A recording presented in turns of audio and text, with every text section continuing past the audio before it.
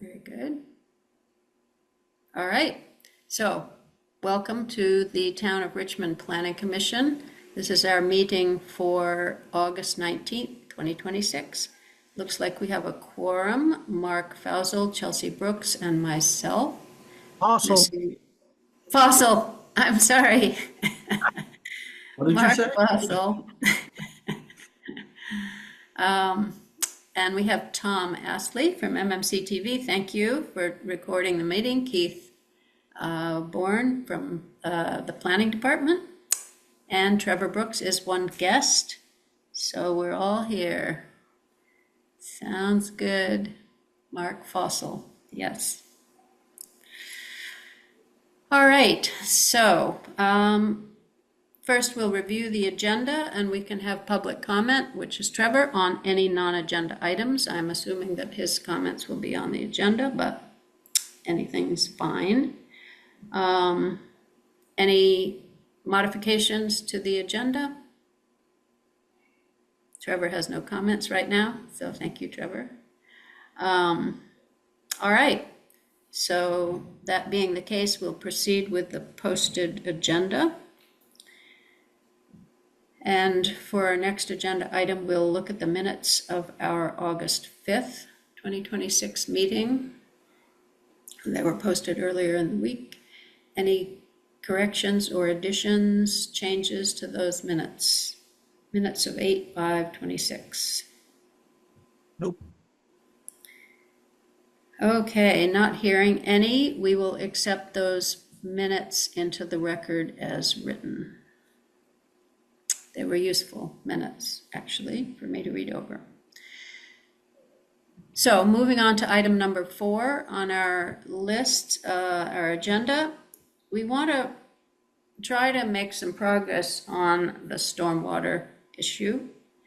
And I think there are some questions that are specific that we need to resolve in order to try to do the best we can with these documents. That I'm continuing to work with the 3 documents, basically the section 5 of the zoning regulations and the subdivision regulations, which is the permitting process, in order to put things in those documents that are specific directions to the people who are making the decisions about zoning permits. And then section 6.17, the new section that we're adding, which is all the information basically that we want to put in about stormwater management and erosion protection. These will give us the authority to continue to do what have been internal permitting decisions, but it's actually going to put in writing that you can do those according to the zoning and that people will have this information up front. And there's a big educational component because understanding that this is all pretty new to people, we just want to make sure that we're educating people, beginning to introduce this concept that we need to be managing the stormwater. So what I would like to do is to look at the memo.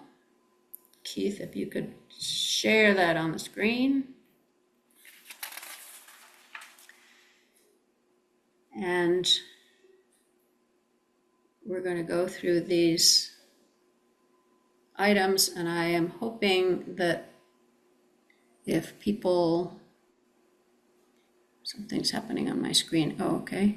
If people have alternative proposals that they wish to make, that they have some language so that it's not just like a suggestion, you could add this in, but it's like, what language would you like to see in there?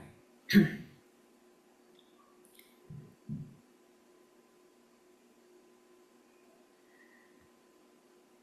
everybody see this? All I Yep. can see is you. I can see the Oh, wait, document. Chelsea, can you see the document, hopefully? Trevor? Yeah, I can see it, sorry. Okay, great. Are you at the town center? Just out of curiosity? No, I'm at home. Oh, okay, very good. Okay, so, and the way that the updated documents that, from looking at the last couple of meetings, what was said, I have altered those. Section 5 and the subdivision regs are in red line form because they have to be changes from our current regulations, which people are going to need to see all the way through. When we go to the select board, et cetera, they're going to want to see how the changes compare to the current regulations. So that's why there are tracked changes to those documents. Section 6.17 was a document that we wrote. Keith and I wrote it mostly. Keith reviewed it. It already had some tracked changes in it, and putting tracked changes from tracked changes is very confusing, I find. So the document basically is just changed. So I'm hoping that you have read it over, and the changes we will talk about because they're on the list of things to talk about. So I'm hoping that we're going to be able to agree or come to some understanding of what further information we might need on these very specific points. Mostly, what is happening is our current regulations, Section 5 and the subdivision regulations, are telling the DRB and the zoning administrator we need to have plans for EPSC and stormwater. They need to be there. And then section 6.17 is the information that they need to look at. So, all right, so the first point is that I don't know that anybody is going to have a problem with this, but so the thresholds of the state permits is an acre of disturbed land with some other little caveats, or half an acre of new impervious surface. After that, beyond those thresholds, you have to get state permits. So our requirements are also going to apply, but we don't have to be as concerned about looking at the details because they're going to be captured in the state permit plan that people will have to have. So does that agree with other people's understanding of this? I did have someone ask me, oh, so the regulations don't apply to the state permits, but they apply to anything that we define above a certain size that we're going to talk about, including and all the way through the state permits. But we are hoping that the state is going to require certain things and more things than we're requiring. So I'm hoping that nobody has a problem with that. Does anyone have a different understanding of that? So the note I have regarding that is in reference to, are we going to be requiring them to include their state plans with their, because you in number 1 you say our requirements would apply to those larger projects as well, which is what you just said, but would be captured in the state permit site plan. So are we going to require them to include their site plan for their state permitted project?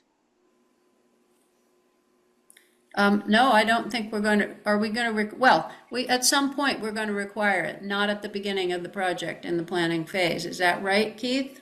Well, I mean, if there's a state permit that's associated, I'm assuming I'm off my, I'm not off my meds at least. You guys can hear me, in other words, right? Yes. Okay, just making sure. All right. If there's a state permit involved, it's not going to be anything that my office is going to handle. It's something the DRB is going to handle. So it's going to be part of that regardless. And why do you say that? If there's a state permit, the DRB would handle it. Because if there is that much. When you have a project that large, it would typically be a commercial project or a subdivision.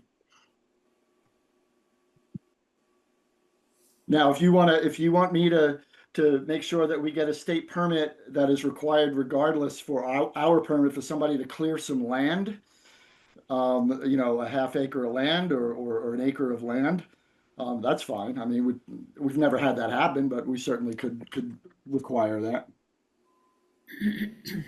Well, I'm more so thinking like, I guess what I mean is like if we are saying that this stuff is going to be covered in the state permit site plan, but we're not getting anything on file at the town level, then how do we have any, I guess, like proof, for lack of a better word, that they're complying? Because as you said, Virginia, in your memo here, our requirements would still apply to these larger projects.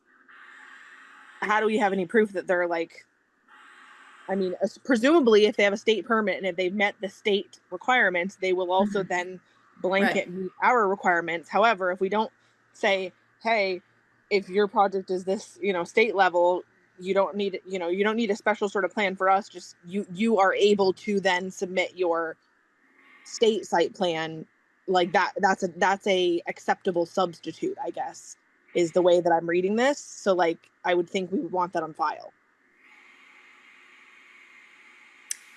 Well, they will have to provide a site plan for the DRB because they will be presumably DRB projects. So they will have a professionally designed site plan. So, I suppose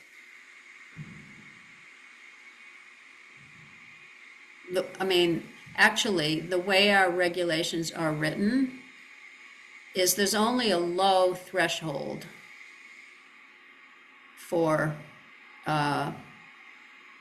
the application of section 617 and the requirements. There's only a low threshold. So they, on their site plan, I think they would be required to show those things. Yeah, I mean, But if go ahead, Keith. yeah, I mean, if these triggers eventually get promulgated, the 10,000 and 20,000, they get promulgated and they're going to automatically be reviewed by the DRB. Well, obviously you're going to have a site plan with that. If you have to, if the state requirements kick in or are triggered, obviously if we have promulgated our rules, that site plan would hold also. I mean, they would have to be at least similar, I would think. That makes sense. I mean, we have a lower bar than a higher bar than the state. So anyway, I would say it would be on if we're only proposing a lower threshold, not an upper threshold, they would have to show on their plans things that met our regulations. But I think what I was getting at here was that there's going to be further review of it at the state level, and they will need to get a state permit. Okay. So, Trevor. Go ahead. Did Mark have something? No, I'm good. Okay. Just I guess the main thing is that the state threshold for impervious surface can be 1 acre total if it's redevelopment or expansion. So there are more, which then means more project could be captured that would be at the town level, but not trigger a state permit. So there's potentially more permits not at the state level that the town would then be the sole person responsible for ensuring things are followed.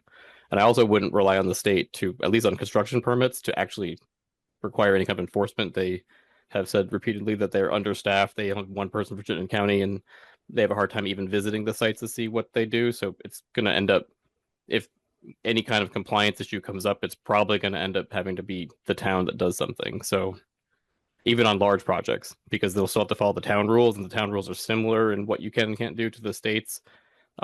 Just to be aware that relying on the state's not necessarily a good fallback. Thanks. Yeah, well, I mean, the state is short-staffed and so are the towns really short-staffed. Yeah, that's why I want to be like But, clear that like this is going to be a burden on the town either way. Like they're going to have to do something probably, even if I don't think relying on the state as like, oh, once they get really big, the state will take over.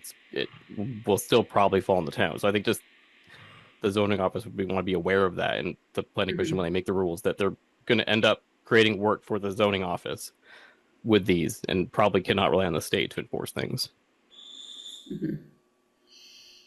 That's all right, so anyway, they will need to get a state plan, and we have said that in our requirements for what it's worth. So, all right. So the next question is, do you want there to be a baseline threshold in our regulations below which an applicant does not have to do anything essentially for erosion and stormwater?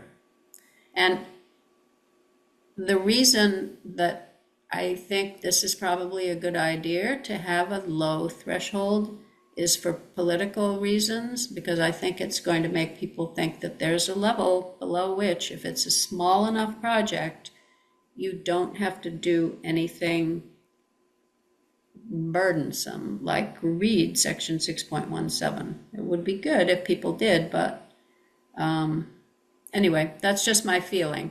And so what has been proposed is the 600 square feet of disturbed, 600 square feet of new impervious, and it's new rather than total because we're not aiming to regulate what already exists, but that's, open for discussion.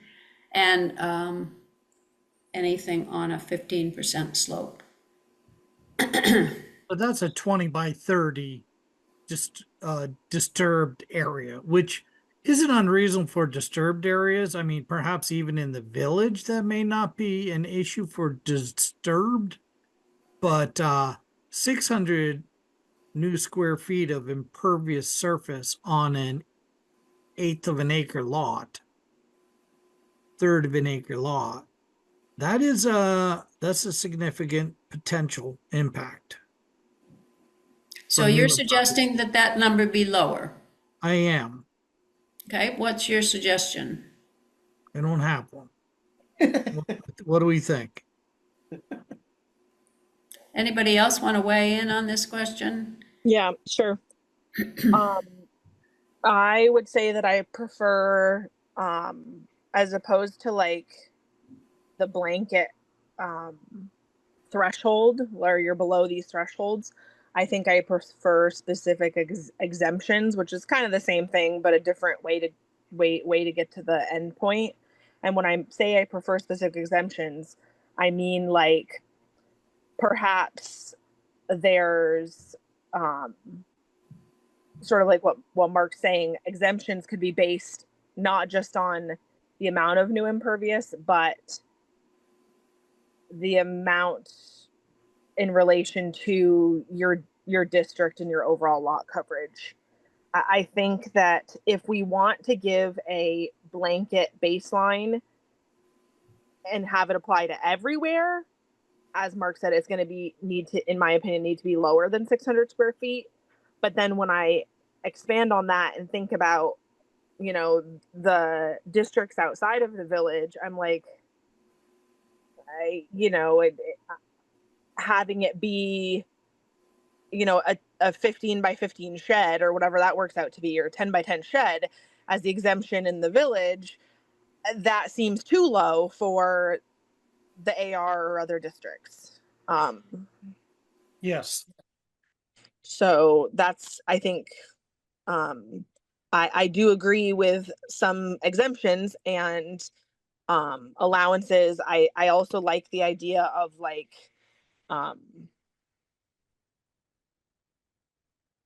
maybe we have a low exemption or there's like a one-time exemption situation where to ease people into the thought of this, everyone gets, some sort of get out of jail free card one time, and then regs kick in, and then those regs are specific to your district and your lot coverage and sort of that kind of stuff. I don't know. Okay, so what are you suggesting exactly? I mean, I understand the concept you're suggesting, but what I'm really looking So, for is you to say something that is exact, that is the Really? language that we can Okay. put in there. Okay, 1 second. How about something like 400 if the lot size is less than half an acre?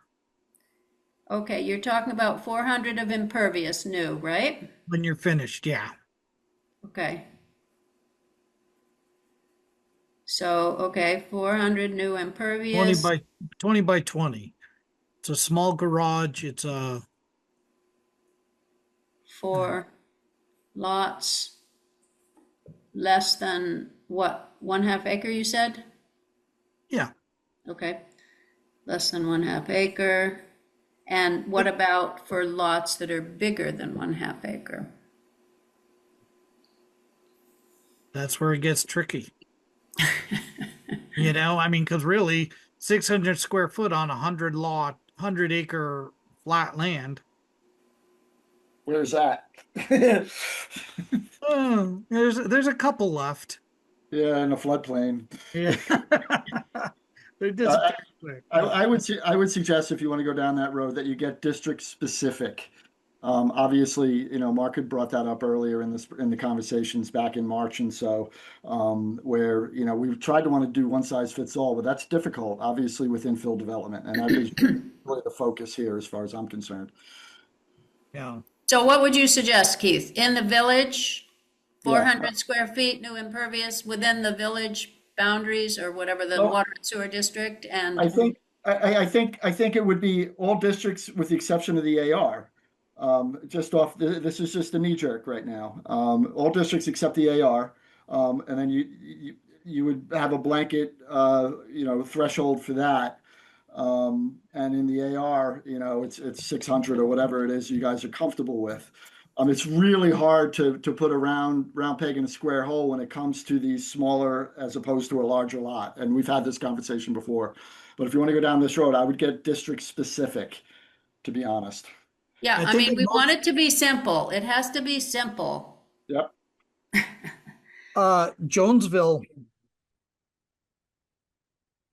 could have some large lots. I mean, there's large lots right up on, Yeah. yeah. True. I mean, Jonesville is mostly commercial, so anything that happens in Jonesville is going to go to the DRB if it's a commercial project, obviously. So, Well, you know, that's the Jonesville Commercial District. I mean, yeah, I mean, there are Jonesville Cross on the other side of the river. Yeah. Yeah, you're right. And they're in the AR.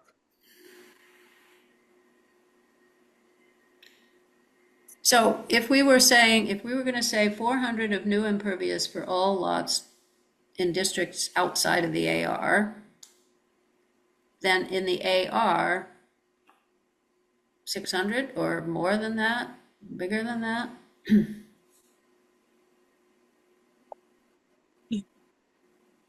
1,000, I mean, That 1,000 would be fine. I mean, in the AR. Yeah, but there are small lots in the AR also. I'm gonna find the zoning map. So you might want to just do it as instead of a district now that I'm working through Yeah, this. I don't necessarily like the district thing because I think people are gonna feel, Size. I think size is what matters here. Yeah. yeah, I don't think people are gonna like the district thing simply because of some of the wonkiness with some of our districts. Yeah. And people are gonna then say, that they don't agree with the district they're in, or they don't agree with this or that. Whereas if it's size, no matter what district you're in, it's based on size. Yeah. And so we could even have it doesn't have to be 1 or 2, it could be 3. We could have 400 for lots up to this size, 600 for lots up to this size, 1,000 for lots up to greater. That's logical. yeah, well, I mean, the only thing that I have against doing that, first of all, we're making it more and more complicated, and we really have to keep this simple. But secondly, we have had comments on this subject before that suggest any size really should be aware of these stormwater things, you know? And Mhm. if you don't have much impervious in a big lot, you're going to have a pretty simple plan. You know, you don't have to make a very complicated stormwater management plan because you have a lot of infiltrative ground and, you know, so, you know, to have it just have a level that we can say there is a level below which you don't need to worry about this, but have it be pretty small. And then, you know, anyway, go ahead, Chelsea, if you want to suggest 3 levels. That would be another way of doing it. Like it, oh, hold on once. There we go. Something was going on here loud. I mean, I see where you're coming from, Virginia, and that like if you have a lot of land, it's easy to sort of treat things in theory, but then if we're not, I don't know. So if I was to say levels, I don't know, maybe if we're doing up to like for half an acre 4 and then 600 for an acre and I don't know 800 or 1,000 for greater than an acre. I'm not really sure, but then when you think about that, you think about like I have greater than an acre, and if I put 1,000 square feet of impervious on my lot here, it would be pretty significant. Yeah. Yeah, You I know? mean, well, kind of in my mind, that's why I kept coming back to having some level, but having it be pretty small level. Because even those people in the AR need to, you know, I mean, in a way, they need to be at least as cognizant because they're the ones who have the trees that maybe they can be saving and, you know. So what's our requirement now for a site plan, period? There I is, mean, there is no requirement for stormwater or erosion and sedimentation. no, I understand that, but what about a site plan? For a site plan, everybody has to have a site plan. Yeah. Everybody who applies for a zoning permit has to have a site plan. And we're going to come down to the part later in this memo about does it have to be professionally designed or can it be applicant designed? That's another question. But everybody has to have a site plan of some sort, you know, which shows the boundaries of the property and the building, where the building is going, the building Right. envelope, and, you know, they can put where they're going to leave the trees. You know, if you have a 10-acre parcel, then show that you're going to leave all these trees. Right. So that's kind of where I'm going. So we got to do the site plan anyways, other than going through the state guidance document there for stormwater and erosion control. There, you know, you pretty much already have to put together a site plan for everything, Yeah. but all you need to do is add an extra form. It may not necessarily warrant at this point. We're not saying this warrants a remediation system and stormwater collection. You just have to factor in these other issues in that module. And how long did you say that takes to go through, Keith? Not that long, right? As far as what? You mean processing? Yeah, to go and create a stormwater erosion control components of the site plan. Yeah, I mean, it Well, you'll depends on, see when we come to section 6117, what is going to be required. I mean, you know, let's say you're out there and you have 10 acres, you're on a 15% slope. Those people are going to have to do more work in terms of putting up the erosion fencing and, you know, the bigger the amount of impervious surface, the more work they're going to have to do. So I don't know, I kind of think that will come naturally, that people. Right. Maybe we should be looking at 6.17 before we come up with the math, and I can refresh my mind on what exactly we're gonna entail additional effort we're gonna have force on people putting up a garage. based on what 617 says is going to be involved before we come back to question 2. Trevor? Just want to point out that there's the thresholds here for are do they need a construction level management plan and then a separate what's the trigger for the stormwater management plan? So I think you should separate those out because like the impervious surface only applies to the management plan, but the disturbance is the construction and the slope. I think have been doing only in the construction part. So I just want to make sure they're two separate triggers for which one requires some sort of management. Yep. And I just want to make sure you separate that out. And I think Well, it's general, separated out in 6.17. right, but in the way this is worded for proposed, it starts with construction, then does post stormwater management, then goes back to a construction threshold. So just make sure that how you discuss it handles both of them. Well, this is just a shorthand version of the question.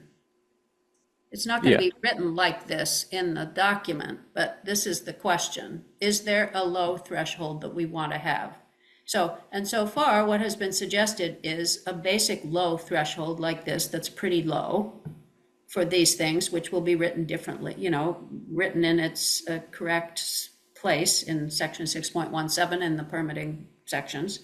Or do we want to have 3 levels or 2 levels or some other scheme that's fairly simple that is a threshold below which you don't have to plan for erosion and stormwater. You still have to have a site plan because everything has to have a site plan.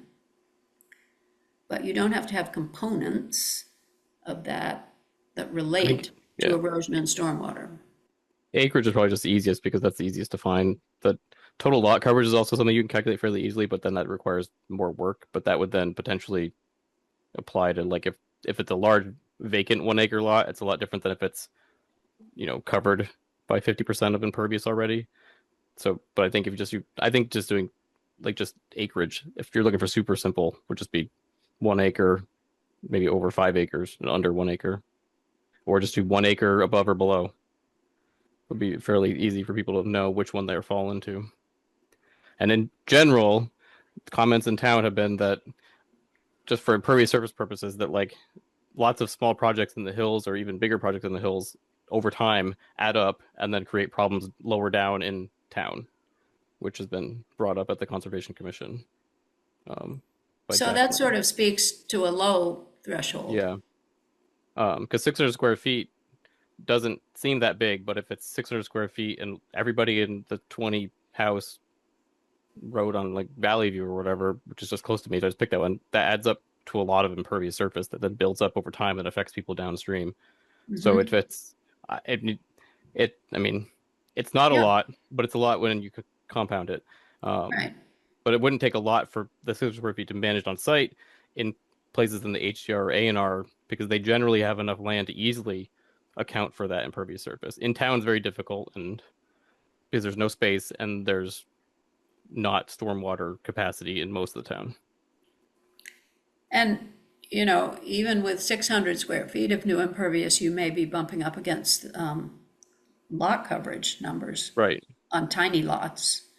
So, I mean, these numbers to me is like a compromise. It's something low that you can get below if you really work at it. But on the other hand, really, there should be something that makes everybody do this work. Is total lot coverage after whatever is being proposed something that's on the permit now? I don't remember like percentage. Like I don't remember if that's on there. Like if someone says I'm going to build this 1,000 square foot whatever on my property, does it ask you to then report what your total coverage would be at that point, or is that something that they'd have to calculate out separately if we required that? I know it's on some of the subdivision things, but not. I don't know if it's on the permits for just a person. Yeah, lot coverage is intrinsic to the permits. That's one of the first things we look at. Okay, so then that would already be calculated. So if you wanted to use acreage, and also they had a low lot coverage already, which I think, and what I sent last week was less than 50% of the total district's maximum lot coverage, then they would be more likely to have more space and be less impactful on their neighbors. Right. you're suggesting 50% of the maximum lot coverage. But then they could be exempt at a easily exemptable because they have less impact. And then maybe because if you're at 50%, you're running out of space already, and you're probably going to cause more issues. And maybe they don't get an exemption. That's just an option. I like that. Like maybe we could go with 300 square feet for less than a half acre and 600 square feet for greater than half an acre. Or, if you have more than 50% lot coverage, or this will result in more than 50% lot coverage, you have to have a plan. Okay, so we're talking about impervious surface now, right? Not disturbed. Yes. Okay, so you're good with the 600 square feet of disturbed? Or do you want that to be also related to the amount of lot coverage? Disturbed soil is a temporary thing. Exactly. You can have piles, you can have a little bit of mounding, whatever. So yeah, 600's whatever. Okay, so Disturbed. I 600. would almost go higher on that one. But when you when it's said and done, a long-term established stormwater runoff, I think is far more of a factor than erosion control for 6 months. Well, erosion control is very important though. Yeah, it is. And it's also a lot easier to manage. So, Yes. I mean, I think everybody should have to have, if they're going to disturb the soil, they should have some controls. I mean, it may be as simple as a fence around the area. Yeah, we'll get to that, but yeah. So So what that's my suggest is if it's less than half an acre, it's 300 square feet. If it's more than half an acre, it's 600 square feet. And the overarching is Trevor's 50% lot coverage. If you hit 50% lot coverage, no matter what size your lot is, you've got to put in the site plan for these two. Right? Yeah, I'm just trying to think whether you need both of those things for impervious. Both an Well, you can acreage have- size and or 50% of the lot coverage. I mean, of the maximum lot coverage. So if you have, let's say you have a 1 acre lot in a 1 acre lot in an area where there's a 60% lot coverage. So you could put up to 30% of the size of the lot into impervious surface, which seems like kind of a lot, but that's what our current regs say though, right? So we're not fighting that.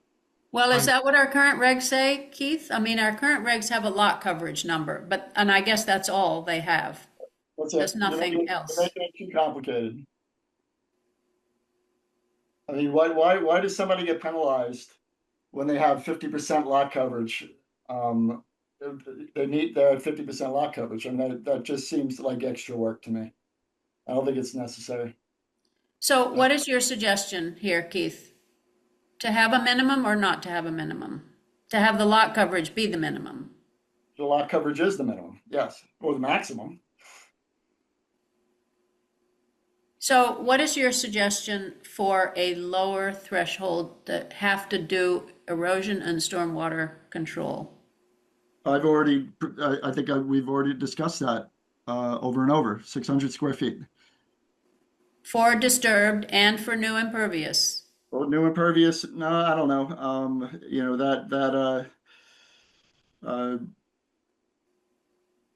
600 square feet's fine with that too. I think that just makes life easier. It depends on where you're going with this though, and I don't know where this is landing, quite frankly. If you're going to say that we have to design a professional plan for 600 square feet, I don't know where we're going with this, to be honest with you. I mean, what stormwater are you looking for between 600 square feet and 10,000 square feet? Well, we're What- just trying to set the baseline, the low threshold for nothing right now. Right, so I would stick with 600. That's And, that's only because it's tied to the CO. and the 15% slope, Yeah, that's fine too. That would it require, has to that be require, below a 15% slope where you're going to disturb the land. yeah, you would require a professional plan for any disturbance on 15% slopes regardless. It's 20% now, but Yeah, we're making it 15.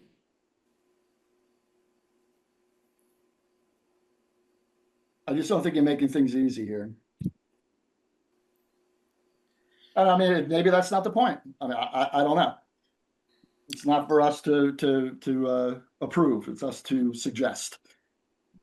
Well, I mean, there's a point in making it simple and there's a point in making it effective and useful. Mhm. So, both of those are goals that we have here. So Agreed. we're Agreed. just trying to put the middle point in there, figure out where to draw the line between simple and effective. All right, so what are the choices that we have? This is a choice. We have the choice of something related to the lot coverage or sizes for different size lots so far. 600 square feet disturbed. I'm okay with that, even though it Okay. seems a little excessive for the rural communities. And maybe we'll get some feedback when this starts to go public. These numbers can be bounced around. But then I feel really good about 300 square feet, or if you're on less than half an acre, 600 square feet for anything more. This is a single math equation, easy to know the lot size and say, okay, how much finished impervious surface are you going to have? And then have one other caveat that if you are exceeding 50% lot coverage, even in a district that allows 60 or 70% lot coverage, if you're over 50% of your lot coverage and you're adding, whatever impervious surface, you need stormwater plan.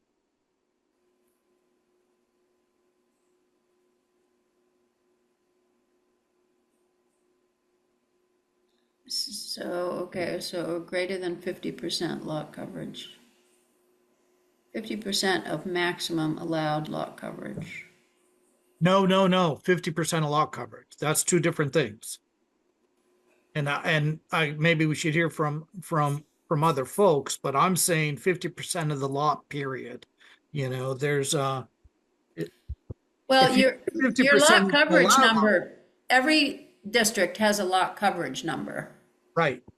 So lot. mostly they're either 50% or 60%, Yeah. or except for Jolena Court, which is, well, 90, because something like that. And rural is Yeah. 30. it's written differently for Jolena Court. Their lot coverage is given as a percentage of the developable land, and half of their property is not developable. So you already have to cut it in half. And we've given them like 90% lot coverage of the Yep. developable land, which, since they have half land that's not developable, that you cut that in half. So the majority of the lots in the town, or at least land-wise, are in the AR, and the AR is at 30%. Right. So they wouldn't necessarily be impacted by the 50% lot coverage, because they would be impacted by the 600 square feet of new impervious surfaces, Yep. which is a big garage. But if you have a district, and this harkens back to the district option we were bouncing around, if you have a district that allows greater than 50% lot coverage, and you are exceeding that 50%, then you have to have a stormwater management plan. You can't exceed the lot coverage. the maximum lot coverage. You can't exceed it. I know No. that. That's what I'm saying. Yeah. So it would only impact those high density districts that already have lot coverage allowances greater than 50%, which are the ones that are going to be the most impactful on their neighbors. Yeah, so they're like 60%. Right. The village neighborhood are Right. 60% lot coverage. And if you get up to 50% of your lot is impervious, you should have a stormwater plan. And you don't think that's going to be captured on the small lots by your 300 square feet of new impervious? Or your 600 square feet if it's over, what, a half acre? Yeah. I kind of think that's going to be captured already by that number, but I have to think about that. Trevor? Just for the construction level phase, I think 600 is kind of low. I think if you made it Well, for for the disturbed land. For the Okay, you're disturbed, talking yeah. about disturbed land. disturbed land, I think one of the proposals, or at some point from at least one that I'd written, and I think one of the ones you'd had, was that all projects need to follow the low risk handbook. But we're talking about like which ones have to put their practices on the site plan that's submitted with the application. I don't think I think 600 is too low. I think the ones that actually need to put their, in general, if they're not that, over 2,000 square feet of disturbance, it's generally just going to be silt fence and some stabilization. If the slope is still at 15%, where it triggers it being on the plan, but if it's just the total disturbance, if it's a flat driveway being put in across a field, or like anything below 15%, I feel like I think it could be higher. And really, if most of the stuff that's going to actually come up on the enforcement level is going to be like something happens, the neighbor complains. So if everyone has to follow lower risk handbook. If something happens and they're like, hey, you're supposed to be putting silt fence up here, put your silt fence up. Okay. Or even if it's on the plan and they don't do it, something happens, they come and look at it, put your silt fence up. Either way, I think 600 is too low to make extra things be put on the plan, as long as they're aware that they're supposed to be following the plan. And their slopes are 15%. It's kind of, they're pretty low risk, especially if it's not near waterways. That's just on the construction side, in my opinion.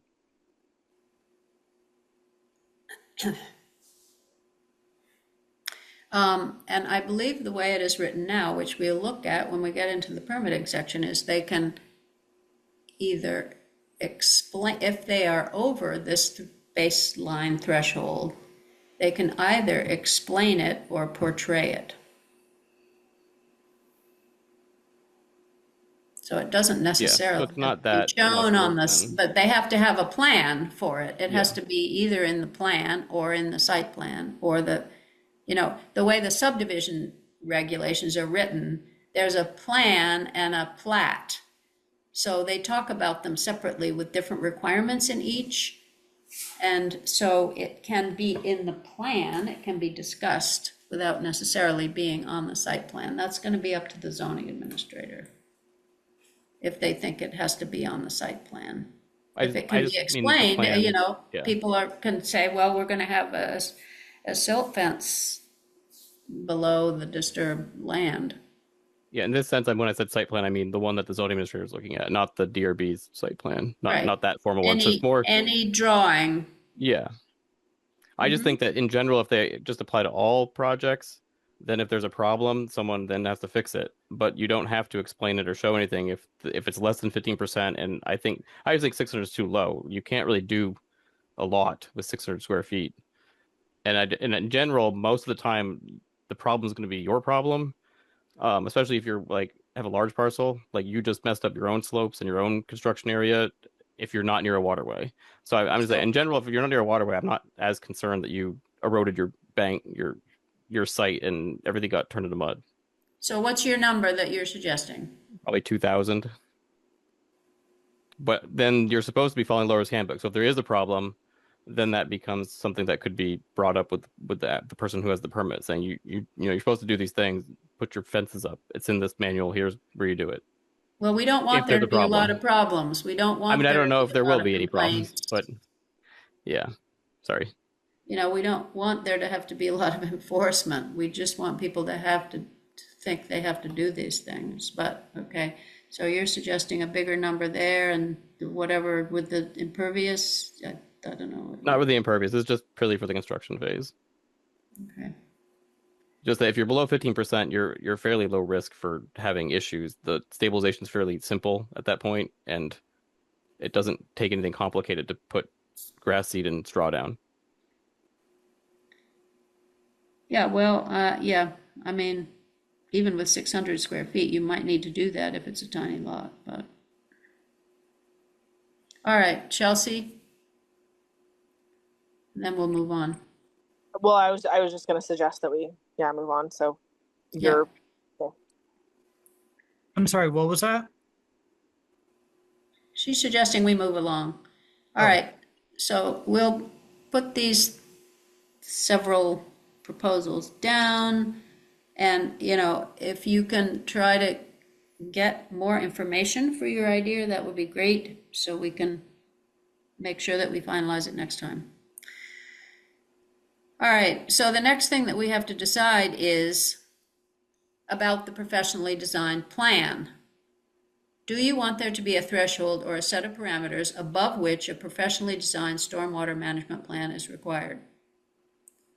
What has been proposed here is all projects with 10,000 square feet of new impervious, which is like half the size of the ones that require state permits.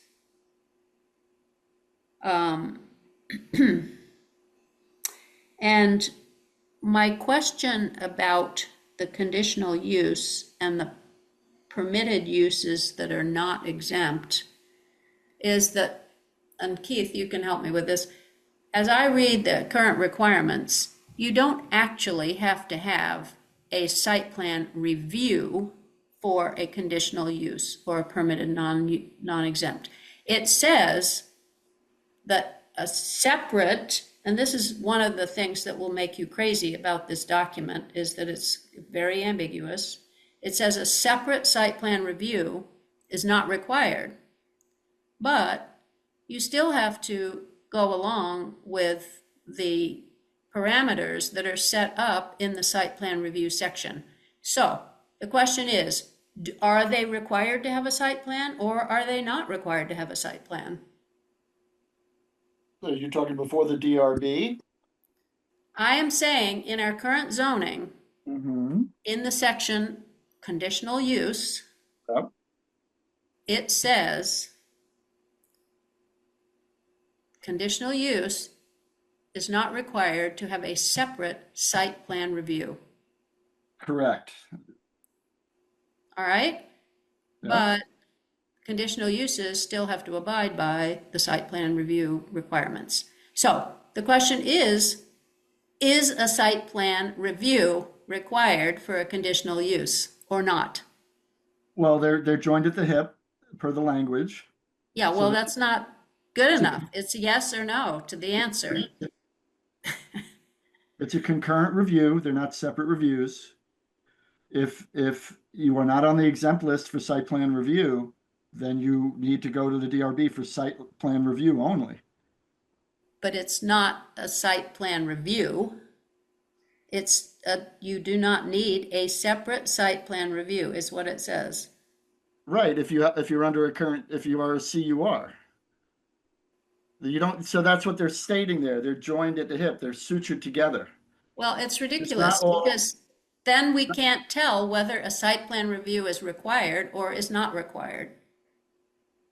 So we can't, and the reason it's a concern, and what brought it up was your discussion of Wild at Heart and the yoga studio, which you said doesn't really need a site plan review because it's in a building. There's no adjustments that are being made to the site.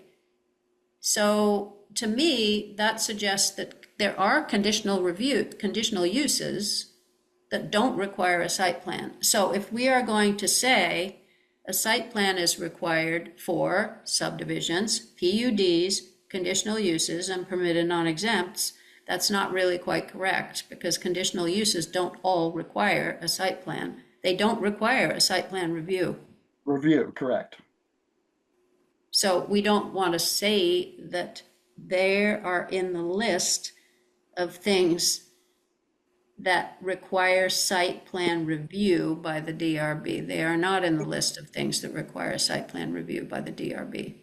I guess I interpret that differently, because the thing where you're saying that they don't require a separate site plan review, that's just to expedite. It's essentially for efficiency. It's to combine proceedings and expedite the review process.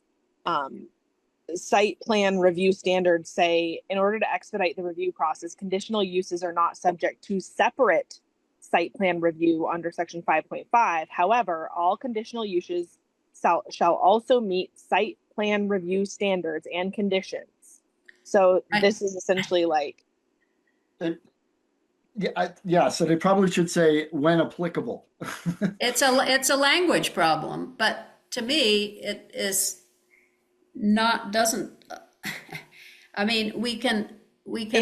So my question here, I guess, is if the DRB doesn't get a site plan to do a conditional use review, what are they even reviewing? No, they need a site plan, but what they don't need is site plan review.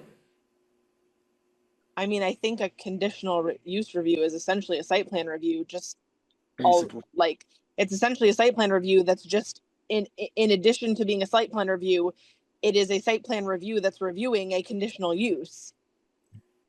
Yep. And because it's a conditional use, they need to go through that site plan review to ensure that like it's going to meet all the conditions.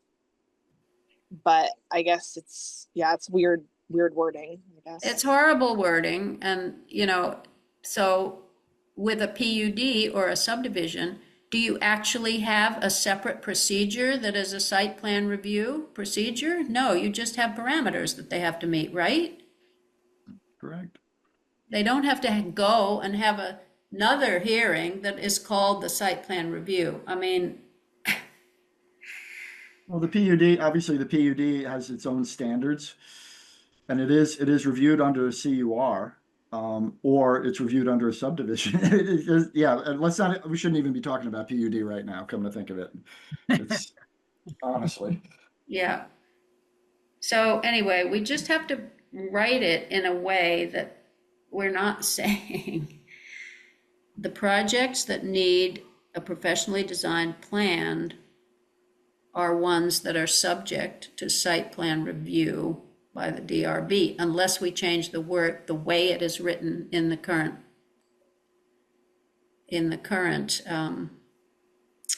regulation, which is that CURs need site plan review. I mean, it's not a separate review for anybody, right, Keith? I mean, there's not a separate site plan review procedure. Well, there are standards within the site plan review, so I guess that could be considered a procedure there. I mean, I'm looking it up again now. Bear with me.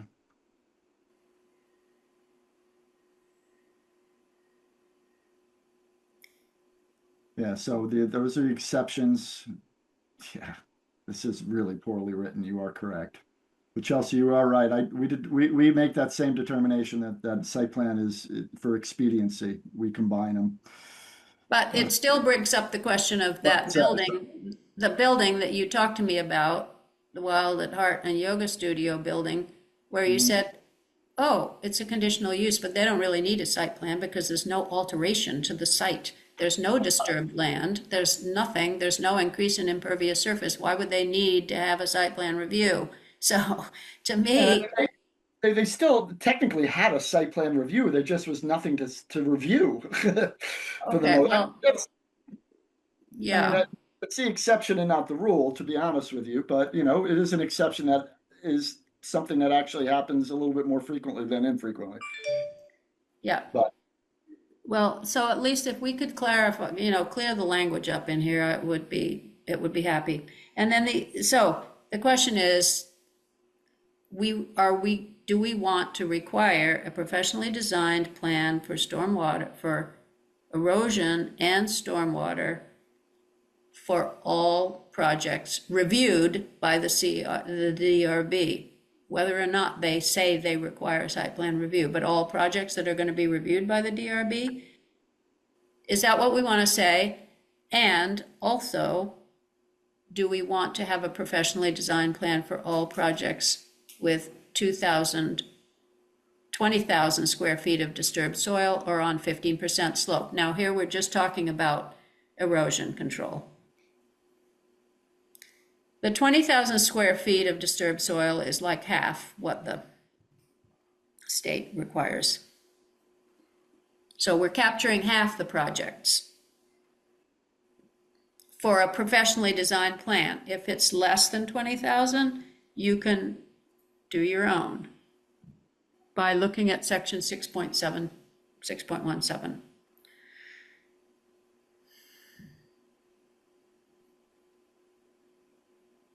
Yes. these the thresholds that we want? So Keith, you're okay with those thresholds? Yeah, I mean, those are the ones that have been around for a while. Yes. Yeah. Trevor? My only, I guess, comment is on the slope part is that the low risk handbook covers slopes up to 50% with multiple different solutions. So lowering the threshold, requiring a professional plan, then adds burden on the applicant. Having it higher would reduce their burden, but then create more burden on the zoning office. So this is a trade-off thing. So it's kind of like, what does the zoning office feel they have the capacity to handle and want to figure out from the low risk handbook versus what do they want to put on the applicant paying money to hire an engineer? Beyond that, I think 15 to 50% somewhere in there would make sense. And it really comes down to what does the zoning office want to decide. They're not going to make the call on trying to figure out if what they propose makes sense or not. That's it. Thanks. 20% is not the standard. 15% is the standard pretty much throughout Vermont, at least. I know in New York it was that way. In Virginia, 15% is pretty much the standard. We're pretty high, to be honest with you. With the amount of slopes we have, I think it should be dropped to 15. I agree it would be a little bit more of a burden based on the current conditions of the way it's written, I should say. I mean, water quality is the issue here. Yeah. As far as the zoning office, what we can handle down to 8%. It's not rocket science when it comes to disturbance. So I think we're in pretty good shape there. So 15% is what the other towns have, which is what seemed to be appealing. And also thinking about the hillsides, as you mentioned before, Trevor, the hillsides where it is, it could add up for different people who might be working at the same time. Yeah, I'm more just trying to decide what thing could you easily reduce the burden on for the applicant and hiring an engineer, which is that the low risk handbook does cover all of the ways to manage the slopes. And if you're requiring them to at least put it on the plan anyway, but they don't hire an engineer, there would be something in place to handle the slopes disturbed over 15% up to 50%. There's more complicated things that apply once you can't use grass. And then you grass with different various stabilization nettings and the different methods. But I'm just trying to provide the option or the low risk handbook does handle different situations and with different ways to do it up to 50%. So in theory, an applicant could just look at the book and put down where they're going to what they're going to use from the low risk handbook on the slopes. But I'm also fine with the lower 15% because that then doesn't require the applicant to figure it out. The zoning office doesn't have to check it, presumably, as long as the plan that's prepared is actually specific to the site. I've seen multiple EPSC plans where they just take the same like pre-made diagrams and paste them on the sheet and don't provide stabilization methods for most of it because they just refer to the low risk handbook to manage everything. The state doesn't require specific practices on a low risk site. Like if you disturb over an acre and you're under 5, you don't require a moderate level permit or individual permit. They just say follow the low risk handbook. Here's the plan of it. It's roughly limits of disturbance and silt fence. Everything else is just sort of left to the low risk handbook and the construction person.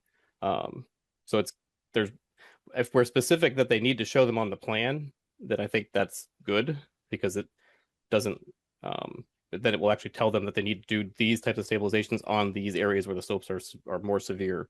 I think that's important. I don't personally care who puts it on the plan though, whether it's an engineer or the applicant, because it's all pulled from the low risk handbook. Thanks. Okay. Were you saying 50%, Trevor, or 15? 50. 50. 50. The low risk handbook has. I'm not saying that that's the best idea, but I'm saying the low risk handbook does have management like things in it for slopes all the way up to 50%.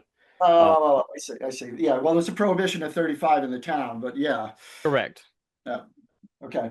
All I see. right, Mark or Chelsea, do you have anything you want to say about this one? Sure. As far as EPSC goes, I think that,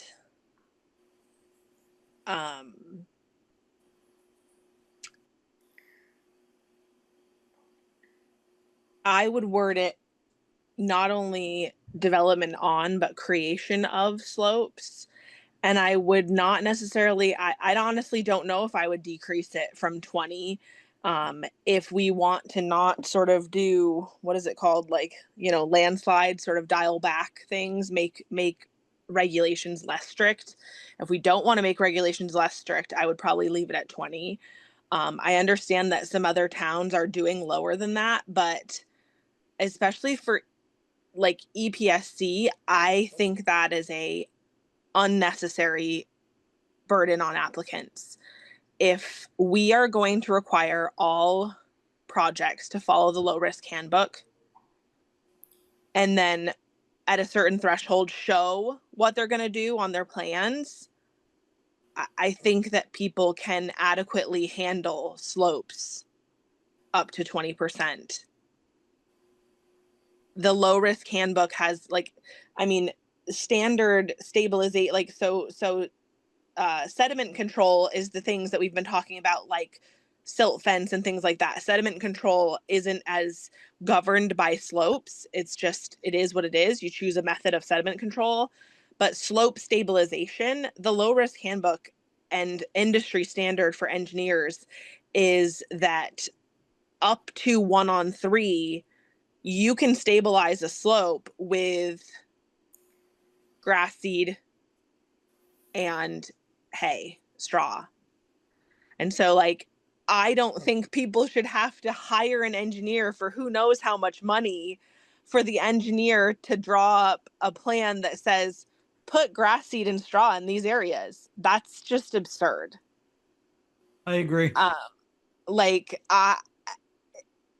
Over 1-on-3, which 1-on-3, to be clear of what I'm talking about, is 33%.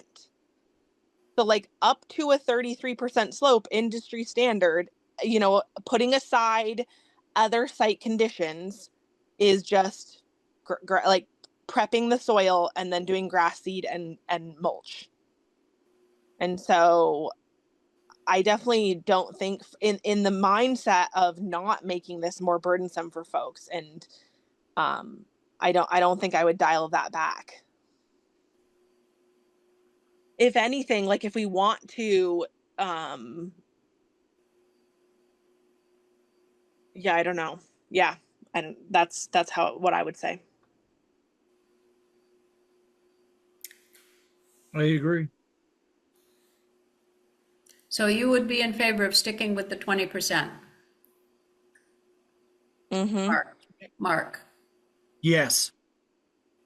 Yeah, I think for erosion control work, it's not the long-term picture. There's a lot more flexibility and minimal potential impact.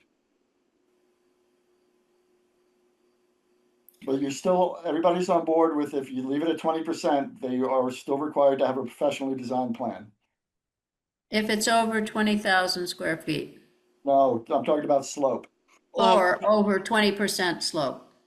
I don't know. I'm I'd conflicted. even raise it.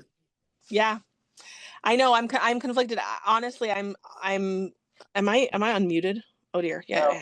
No, we hear you. So while I definitely want responsible management of stormwater and sediment control and all of these things, I don't think that the requirement to achieve that needs to be through a pathway of professionally engineered plans. As Trevor was mentioning, if you take a look at most professionally engineered plans for EPSC, unless they're designing something really complicated, like retaining wall or something like that for stabilization, because somebody has created slopes that exceed 1-on-3 and it needs to be stabilized in a different way, unless that's happening, those plans that these engineers are coming up with are literally my 10-year-old could draw them.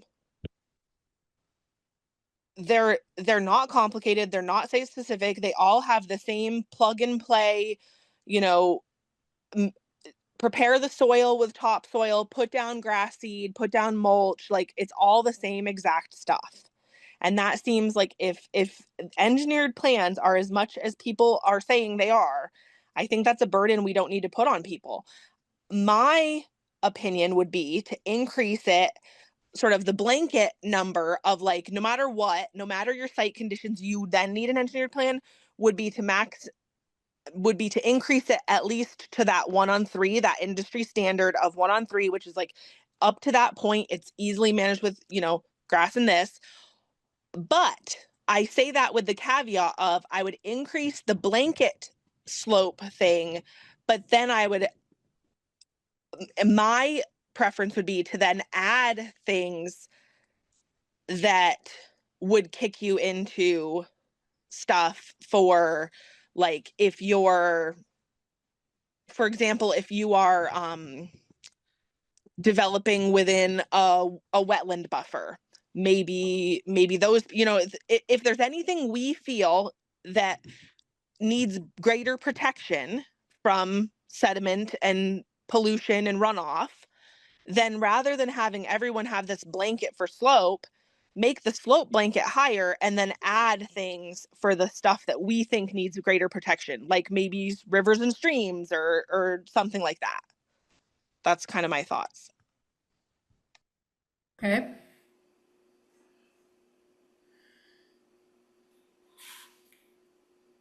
I like the idea of that, but it sounds like it's getting a lot trickier. Yeah, you're adding a whole bunch of new, you're gonna have a new, you know, you want to try to keep it simple.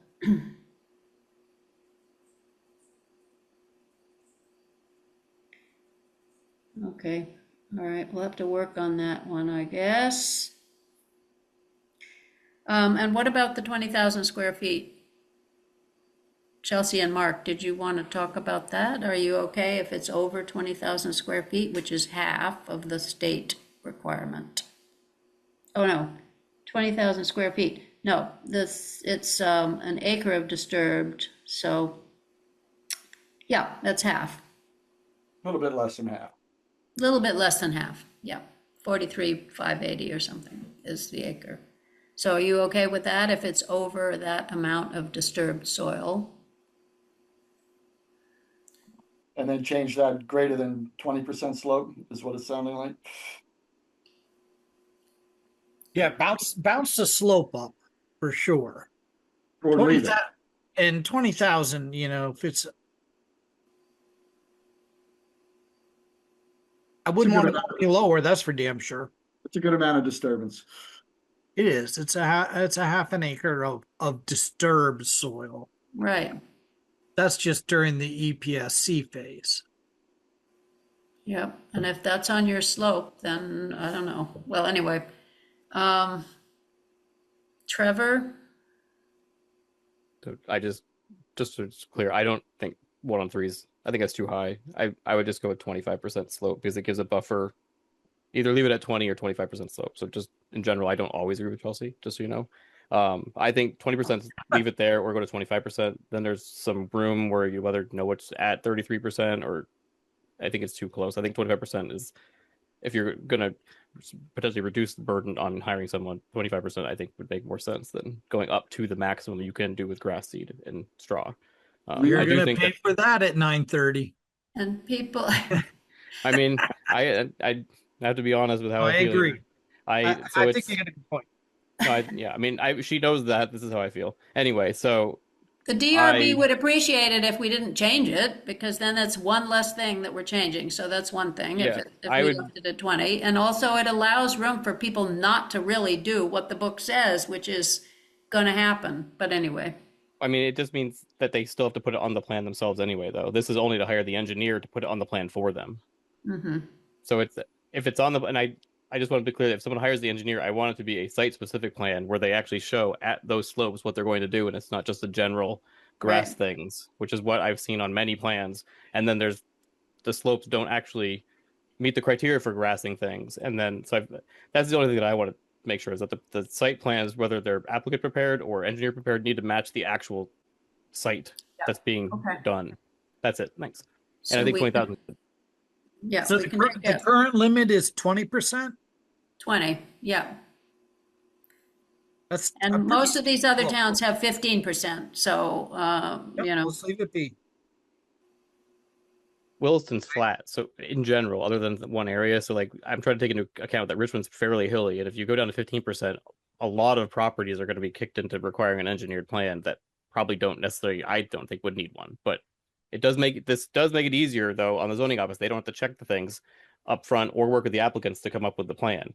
That's one thing that I wanted to point out at the beginning, was that lowering it does make it easier for the zoning office. And if that's something that does need to happen, then that maybe is why this would make sense to lower it also. I don't have an opinion either way. It's a burden on one person or the zoning office. So someone's got to be working on this somehow. Yeah, my concern is that you're promoting development on slopes greater than 15%, which we are now. But if you're going to kick it up to 25, I'll definitely not support that. That is basically promoting development on those slopes. Whereas when you know you have to get a professional plan, you'll make a plan that will not require a professional plan. You'll not disturb these slopes. So that's my concern there. And I do appreciate it being, Trevor, what you're saying about the zoning office. I'm not concerned about that. I'm concerned about water quality. That's the whole thing here in my mind. That's the way I've been trained. I'm a trained geologist. Been a conservationist all my life, and ENS. I'm a CPESC. I know that 20% slopes are extreme, not extreme, but they're difficult, but they're manageable. Grass and hay is not all you need. You definitely would want some erosion control matting on those types of slopes. So there's a whole host of things that can happen here, but that's my concern. If you're going to increase it from 20 to 25, that's a major concern of mine, because I believe that that's promoting development on slopes that we should not have development on, especially in the town, especially with what's left over in the town, guys. There's hardly anything developable anymore. Well, Just a all thought. right, I definitely back that approach, keeping it at 20%. I do have a technical question though, is that 20% slope, what is the distance that it has to be for It's 20%? it's just rise over run. I know, but So I mean, like you could have like a really flat area and then a steep bank for like 10 feet that might be 25%, and then it levels out again. Is there like a length that no, it has there to be isn't. over 20%, No, or is it no, there's any there's no point in the specificity. measurement? Correct. There's no specificity to that. It's a Okay. blanket 20%. You need a plan. if any disturbed land is going to be on the slope of over either 15 or 20% or whatever, then you need the professionally designed plan. If any part of the disturbed land is on that slope. Even if it's only over 20% for like 10 feet. Yeah, in theory. Yeah, yeah. I We would tried to ask figure out them. how to. All right, that's Sorry. industry standard. I'm not going to fight it. I Yeah. don't like it, We, but we would whatever. we would ask them to adjust. I mean that's really what it comes down to. I mean you have to adjust. If you're creating a retaining wall, like say you're doing a cut or you're doing something, you're going to build a retaining wall, you then automatically created a slope over 20%. And so then Right. you'd have to get an EPSC plan for the retaining wall that you're already planning to put in, which we don't require like any kind of inspections or anything or engineered anything. Where like some places, once you get over 4 feet with a retaining wall, you'd want an engineer to make sure it's not going to fall down on someone. But We wouldn't require a permit for that. If you're right, gonna, I mean, we'd require a permit for the wall, but we wouldn't require a professional plan for developing that one-on-one slope. yeah, that I'm just trying to like figure out. You could easily create a straight up and down wall because you're going to build a wall there, like a dirt. So I'm just trying to like I try to figure out a way to like quantify like at what point does the slope, if you're doing 20%, over what period what distance do I actually care about it? It's too Thank like you. difficult to logistically figure out how to even apply that. I mean, I Um, think it's by design, to be honest with you. That there is no number there, just the percentage of the slope. Because if you want a driveway to go through a 20% slope, well, that's not a good thing. I think that's by design. Again, I didn't write this, but I mean, in the same logic, if you built a basement cellar, when you have a hole in the ground, well, you're 1-to-1 right there. You don't necessarily need to have a professionally designed plan for that. And I know that's not what you're saying, Trevor. I just wanted I don't want to like inadvertently make it worded that it would require one, even though that's not the Right. intent behind it. And so this Yep. is this, I don't know, I was trying to come up with, I'm trying to come up with ways to not burden applicants with doing things when we can do so safely. And this is one where I tried to figure something out, and there's no easy way to do it. Even like what if you're building a walking path? Does it matter if it's 2 feet wide versus a driveway that's 12 or 15 feet wide? It's too hard to actually figure it out, though. Like there's no easy way to apply that onto a project. Yeah, there's a in Washington County, and I digress here, in New York, the last page of their zoning regulation says, when all else fails, use common sense. That is literally what it says. So obviously you can't apply that, unfortunately. Okay, one more from Chelsea and then we'll move on. So, we're talking about this, and I just wanted to raise with you, Virginia, and potentially Keith or whoever, I guess. I don't know what we want to do about it in regards to, we're talking about slopes, we're talking about EPSC plans. Part of an EPSC plan and part of the low risk handbook is slope stabilization, because in order to keep a slope from eroding and creating sediment and negatively affecting water quality, stabilization is a big part of it. And so that's sort of the final step in all of these things, whether they have a professionally designed plan or not. Sure. However, I wanted to point out in what we're talking about, because we're talking about slopes, and we're talking about this or creating that. I just wanted to point out that if we are going to blanket require compliance with the low risk handbook, the low risk handbook, as I said, has sort of, there's things it designs for, right? Slopes up to 1:3 or 33%, it's grass and mulch. Above that, it's either erosion control matting, which is different than netting. Matting is a different product, or riprap. However, that also has its limits. And so like the low risk handbook is going to throw people into, if you're over 1:3, you need to either use matting or riprap. And if you exceed 1 to 1.5, I believe, is where the low risk handbook cuts it off, then you need to look at other solutions, such as a retaining wall. So are we prepared to codify that? And like how do we, I don't know, I just wanted to sort of raise that, because this is part of EPSC is stabilization, and that means that folks are going to have to stabilize these things in different ways than we currently require them to. All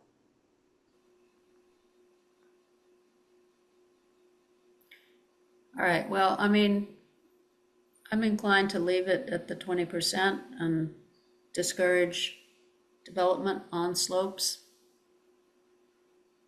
And prohibit at in essence 1:3. At that point, No. we're literally prohibiting it already in zoning. 35% slope, Yeah. we're prohibiting, yep. The 1:3 is 33%. So Yeah, well, let's leave it at 20 and, yep. Yeah. Don't go any higher. That's where it is. That's where we stop. and Love it. 20,000 square feet. Yep. The So- state has proposed at one point to raise or not allow towns to prohibit development on slopes at one in the past couple of years. Just so that 35% prohibition the town has could potentially get removed by the state. It never Well- made it to a bill that passed, but that's been brought up just so that like if we require, I think it's good to require low risk handbook across the board, because we may lose the 35% prohibition at the state level at some point potentially. I remember Yeah, when okay, we- well, we'll wait and see if that happens, I guess. It's been there for a while, so. Well, the prohibition also, the way that it's handled and the way it's worded, is that's on developing on slopes that are that. It doesn't stop people from creating slopes in excess of 35%. Well, that certainly is silent in our regs. Creation of slopes. That does Yeah. bring up a conundrum, doesn't it? I mean, that's what I was just saying. I think Virginia might have misinterpreted me, is that the low risk handbook talks about how you would stabilize those slopes that are in excess of 35%. Right. Because in our zoning, we can't develop on slopes that are 35% or greater. However, you can create a slope of 35% or greater. And so the only thing that would kick in on that situation is this low risk handbook that we're requiring. And the low risk handbook says from essentially for a 35% slope, you would need riprap or matting. And then, do you see what I'm saying? Like, I'm saying I'm saying that a section of our regs that is currently silent will no longer be silent once we codify the low risk handbook. Probably a good thing. Well, it is already, well, no, you're right, Chelsea. I'm saying it, we already required to give them that, but we're not forcing them to do anything at this point. Well, we are now, but not codified, so. And also, I mean, the way it's written right now is that you need to follow section 6.17, I Right. think, or the low risk handbook. So anyway, you know, and if you think we ought to have something in there about creating slopes, Chelsea, we could put that in. That's a whole sort of different topic. I would agree, but I think you have to give a distance. You know, like literally, like you said, I know it's common sense, but you build a retaining wall for something and all of a sudden you've created more than 35%. But if it's less than 10 feet long, then it's a retaining wall and not a monstrous sloping Hill. steepness hill, right? So I mean, if it's more than 35% over 10 feet, well, maybe then we should eliminate that, but retaining walls wouldn't be more than 10 feet. And, you know, we gotta enable that, even though there is I love that common sense caveat, but how do you codify that? Well, do we want to say that if you are going to create a slope, you have to follow the low risk handbook for soil stabilization? I mean, we could put that in if you're I'm going to just trying create it. I'm trying to figure out what project would do that, though. I mean, I guess if you're cutting a road in for a subdivision, but I Yeah. just think Boom, that's right such an there. outlier. I mean, it's a possibility, but it really is an outlier. Hey, I want to put a big old, you want to put a pile of dirt on your property that's 40% slopes because you want to do a mini ski run. I can see that. Yeah. I don't All know. right. Sorry. I'm thinking out loud here, guys. I'm sorry. Yeah, I think we should leave it fairly simple and see Yes. how it pans out over time and maybe make it more specific after that. Well, yeah, All but more right, than so let's go on to the next one. So now, what are the threshold for professionally designed stormwater management plan? Being that now the state requires half an acre. Yeah, so the state requires half an acre, so this is half of half an acre of new impervious surfaces to keep it simple, to keep, you know, the problem with the matrix was it's too complicated, too cumbersome, too difficult. So going back to the way the state makes its thresholds, they make it about new impervious surface or total impervious surface, you know, new plus old, etc.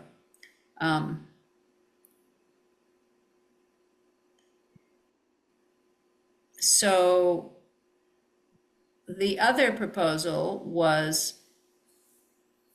based on Trevor's idea of providing to applicants some kind of a pictorial explanation of how to do something like a retention pond and how to figure out how much you need and blah, blah, blah. So in that case, if we were to do that, to provide along with the permitting, you know, provide, here are some plans, here are things you can do as an applicant. If you want to do the math and do the digging, then if you refuse to do that or you decline to do that, then you would also need a professionally designed plan. So what do you all think about that?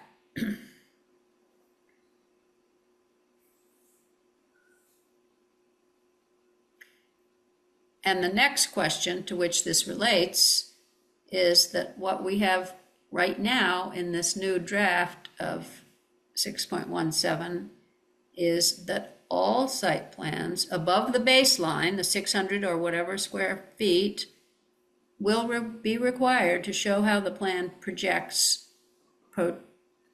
how the project plans to intercept and treat stormwater first flush by infiltration, filtration, and retention by using strategies from the Low Impact Development Guide. So you have to think that the applicant is going to be able to do that, and maybe they're going to do that with these pictorials that we're going to give them. I didn't get that. Could you try again? Stop. Or reference. Just my phone cutting in. In Siri, she listens to everything. Oh, it's dangerous, man. I just wanted the time, that's all. Thought I was asking her something. We should see what AI thinks about all this. I All mean, right. to Trevor's point, Which one? the one about whether it's professionally engineered. Okay, for now we're talking about stormwater. Yes.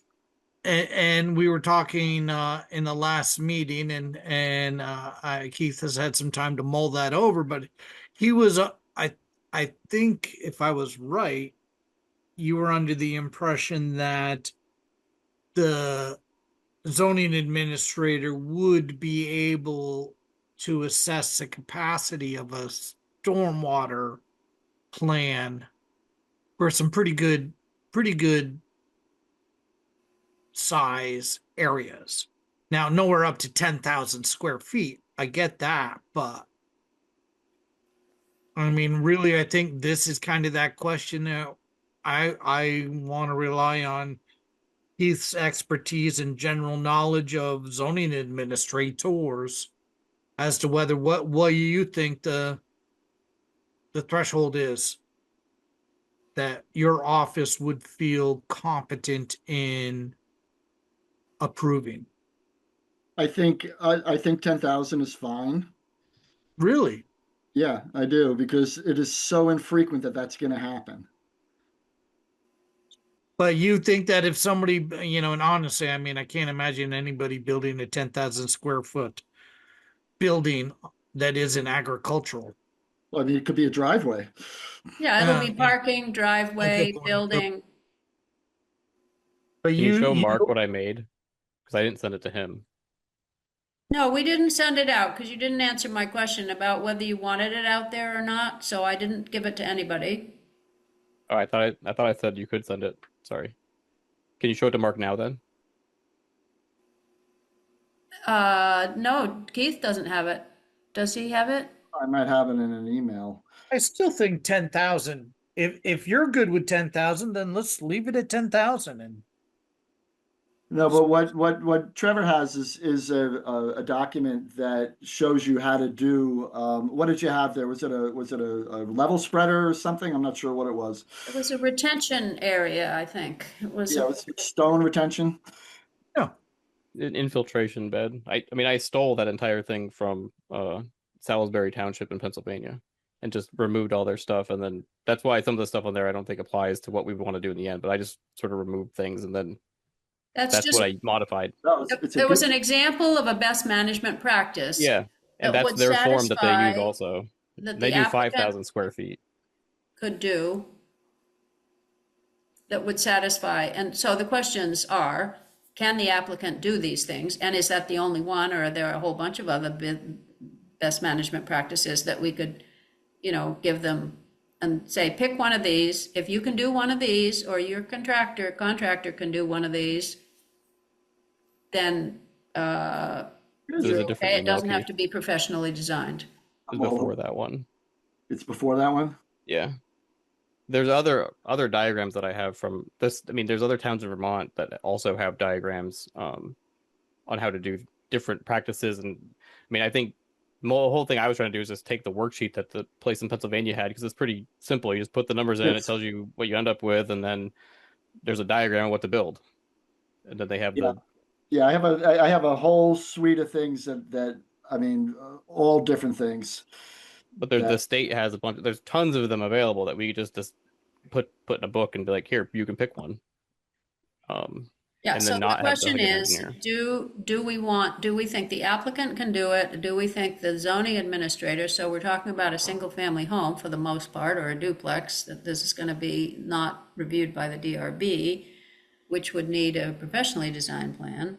Is the applicant gonna be able to do it? Is the zoning office gonna be able to spend time helping people do it, if that has to be the case, or assessing it to see if it's correct?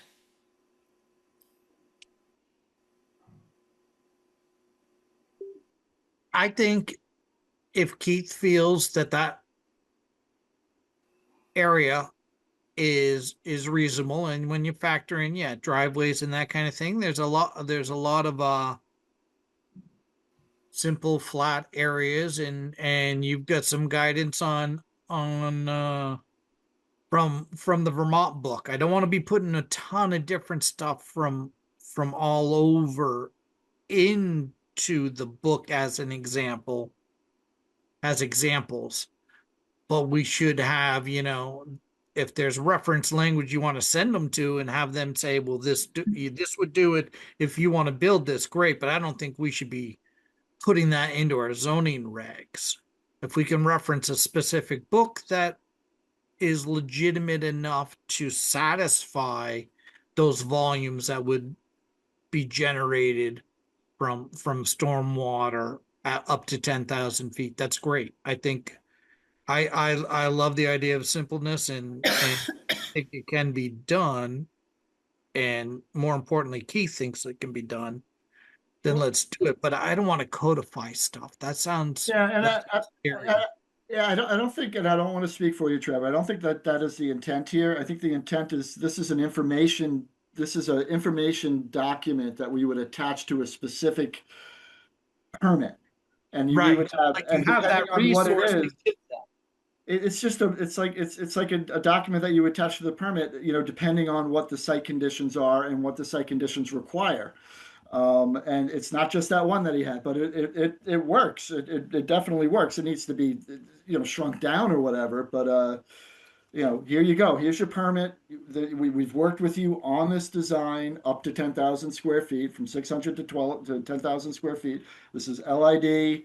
This appears to be sufficient. I mean, if we're cruising in at 10,000 square feet of new impervious surface, that is a good amount of impervious surface. Quarter Um, acre.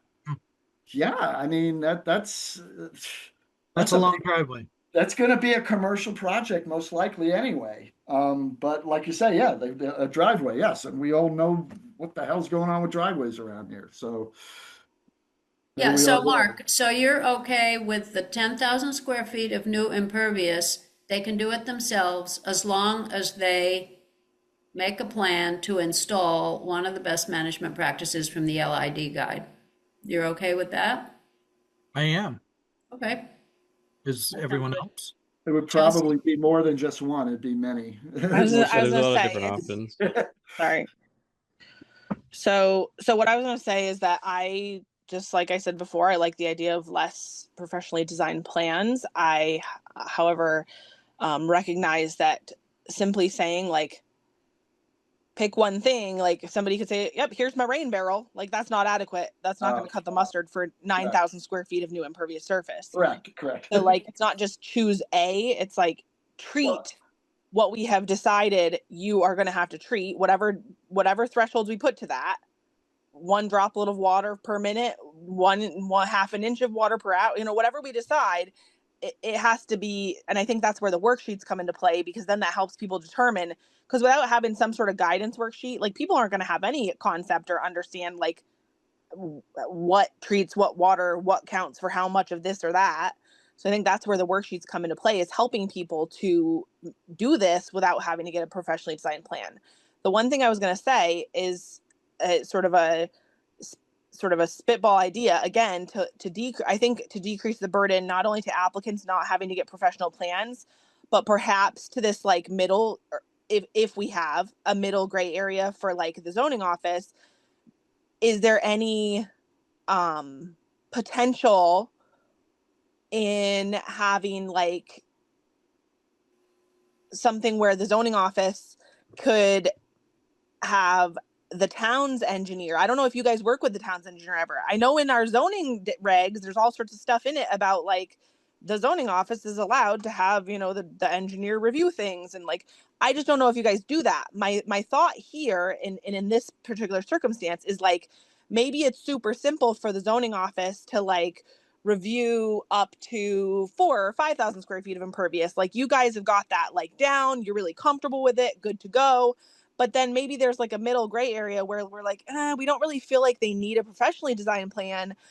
But after they design their own plan, there could be some sort of like stormwater review fee. I don't know, like $100, and then our town's engineer looks at it. I don't know. That's just one of my thoughts, because as we have just said, 10,000, good grief, get it together. 10,000 square feet of a new impervious surface is, you know, while it's under the state's threshold, it's still a lot of freaking impervious surface area that, like, you know, I don't know. Anyway, just a thought about review and the capacity for the town to not require professionally designed plans, which I definitely like. Well, it's a money thing, you know. I mean, if you're requiring that a certain level is looked at by the town engineer, there will be a fee that will have to go to the client, to the applicant. To answer your question, Chelsea, we have a line item for engineering in our budget for planning and zoning. That's usually associated with the DRB. And then we obviously can ask for technical fees. So there's a process through that we go through. Yeah. And a lot of the that line item is used on town projects also. So Okay.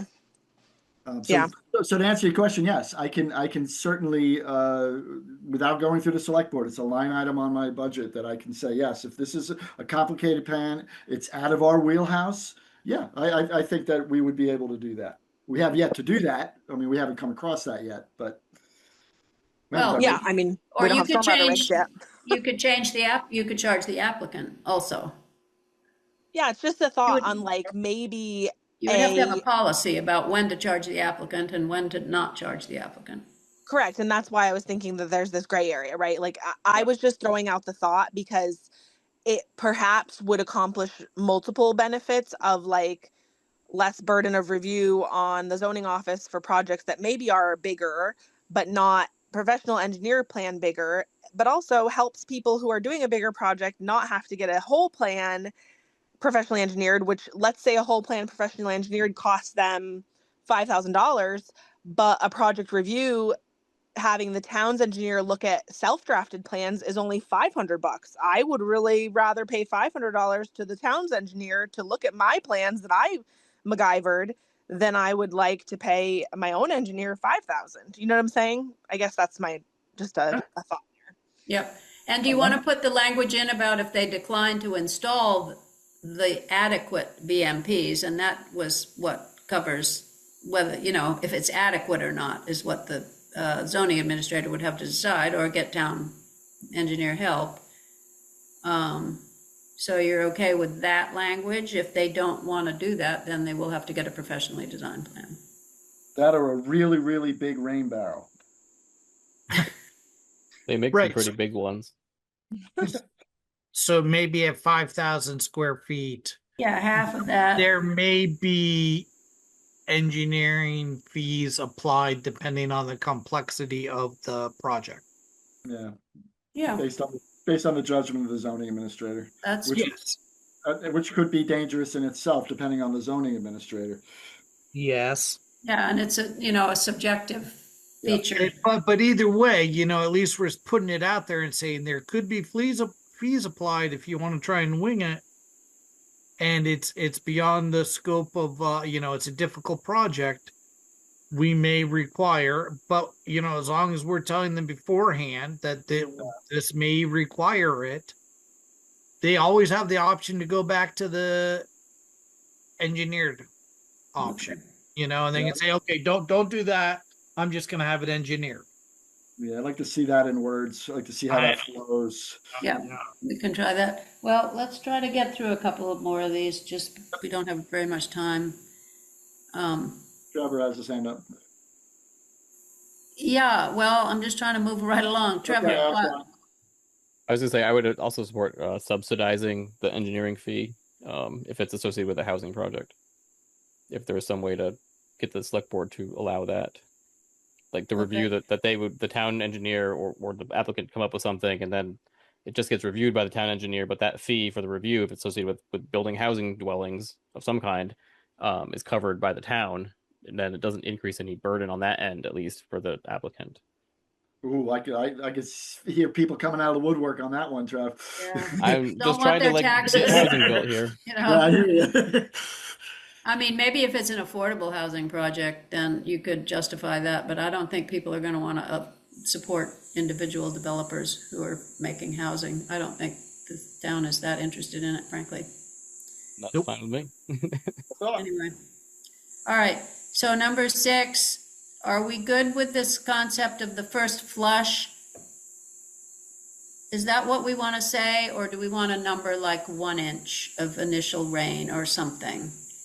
And do we want to require that all professionally designed plans shall be required to manage a 10-year storm by infiltration, retention, and or drainage systems? As opposed to the 25 that's in the subregs. As opposed to the 25. And so that means the first part, A, means that if it's a plan that the applicant designs, it has to show how it's going to intercept and treat stormwater. First flush, people have to know how to get to that number by infiltration, filtration, and retention by using strategies from the Low Impact Development Guide. Do we want to say that for all plans, including applicant? For full disclosure, first flush does not have a number on it. Yeah, it's Yeah. just a general in the definition. So how does an applicant decide what first flush has to be dealt with? The first flush is self-explanatory. It is not. No, I think we need a number. I don't. I mean, 10-year storm, 25-year storm, all of those things have a number. They have something that people then know what the heck they need to do. And 1 inch would be the one to use, which is approximately what the first flush is. If you look up first flush, it kind of just depends on where and like what place is using that language. I think it's self-defined by places. One of the things that I looked up was that it is the first inch of rainfall, because that first inch of rainfall is what has the most contaminants in it, and that's why they're flush, meaning it's flushing out the trash and garbage. And so like they require you to retain that quote first flush of 1 inch on site, so that mucky, dirty, yucky stormwater is not the stuff that's ending up in the waterways. And so like everywhere it's something, we just need to decide what we want it to be here. So that's my comment for A. My comment for B is I am hesitant to roll back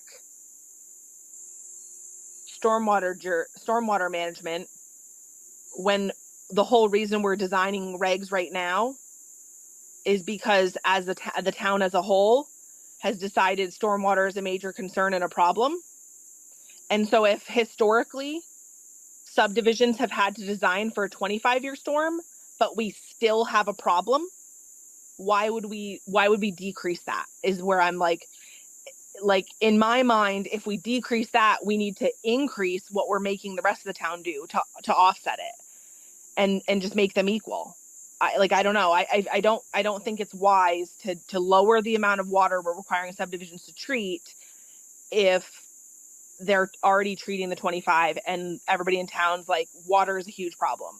Isn't that in conflict with putting a burden on a landowner though? Because if you're designing to a 25-year storm, your systems have to be larger, which in turn means more Mhm. expense. Oh, for sure. No, I understand that. I guess, like I said, my hesitation comes in this balance of like, if we're gonna dial back subdivisions, and I'm not saying that, like, I'm not 100% blanket saying we shouldn't, but Right. if we do, like, because let's compare it. I think a 25-year storm right now is like 4.6 inches of water. It's a lot. It's a lot of dang water. A That's 10-year over. storm is something like 3.4 inches of water. So like it lowers the amount of water those subdivisions would have to design for, which, okay, maybe we like that. But if we do that, do we want to then make the rest of the town, if subdivisions are designing for 3 inches of water, does the rest of the town really only have to design for one? Like, where do Right. we want to have this balancing act?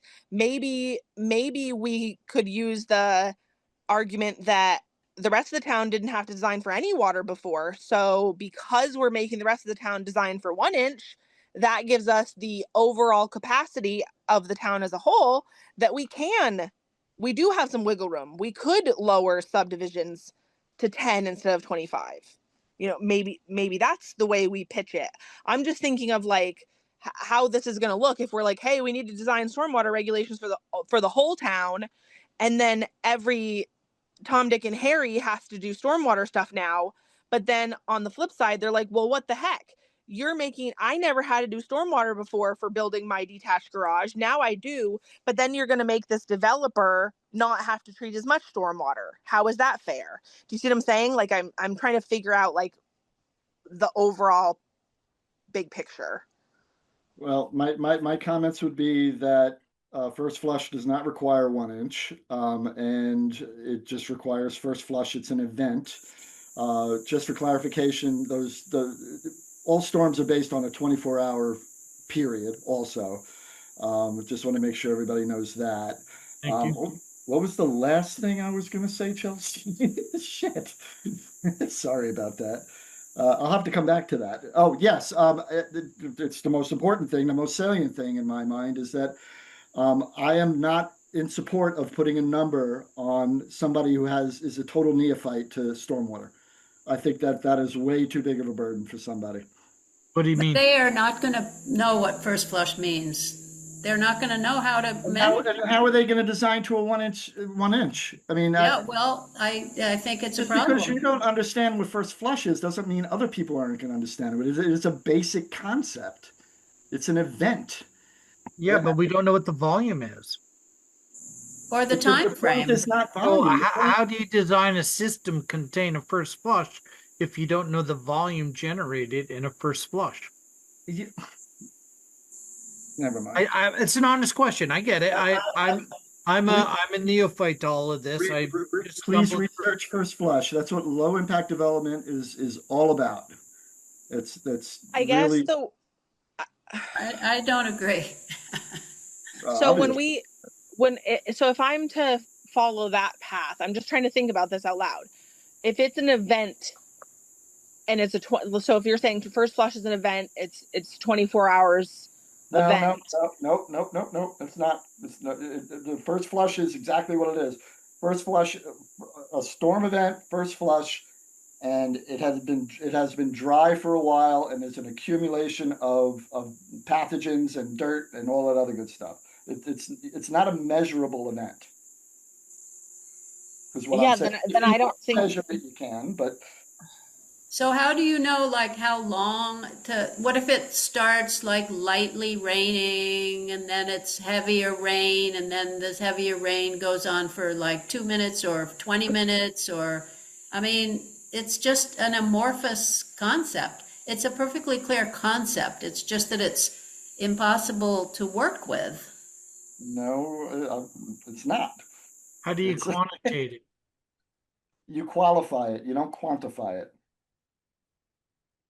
But that's the I don't point. know. I don't know how anyone would prove that they're meeting that. It's not a matter of meeting anything. You guys want to put a number on it so they meet it. You can't do that to a neophyte.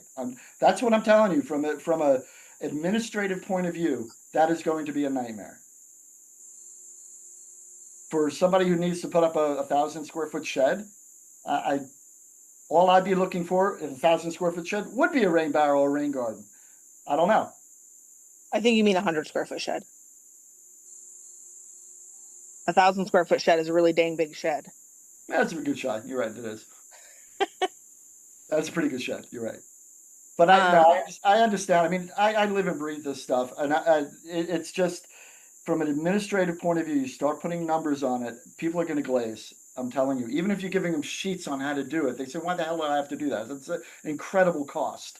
Well, let me ask you this from something if- I'm familiar with, anyways, is that I got a roughly 600 square foot garage.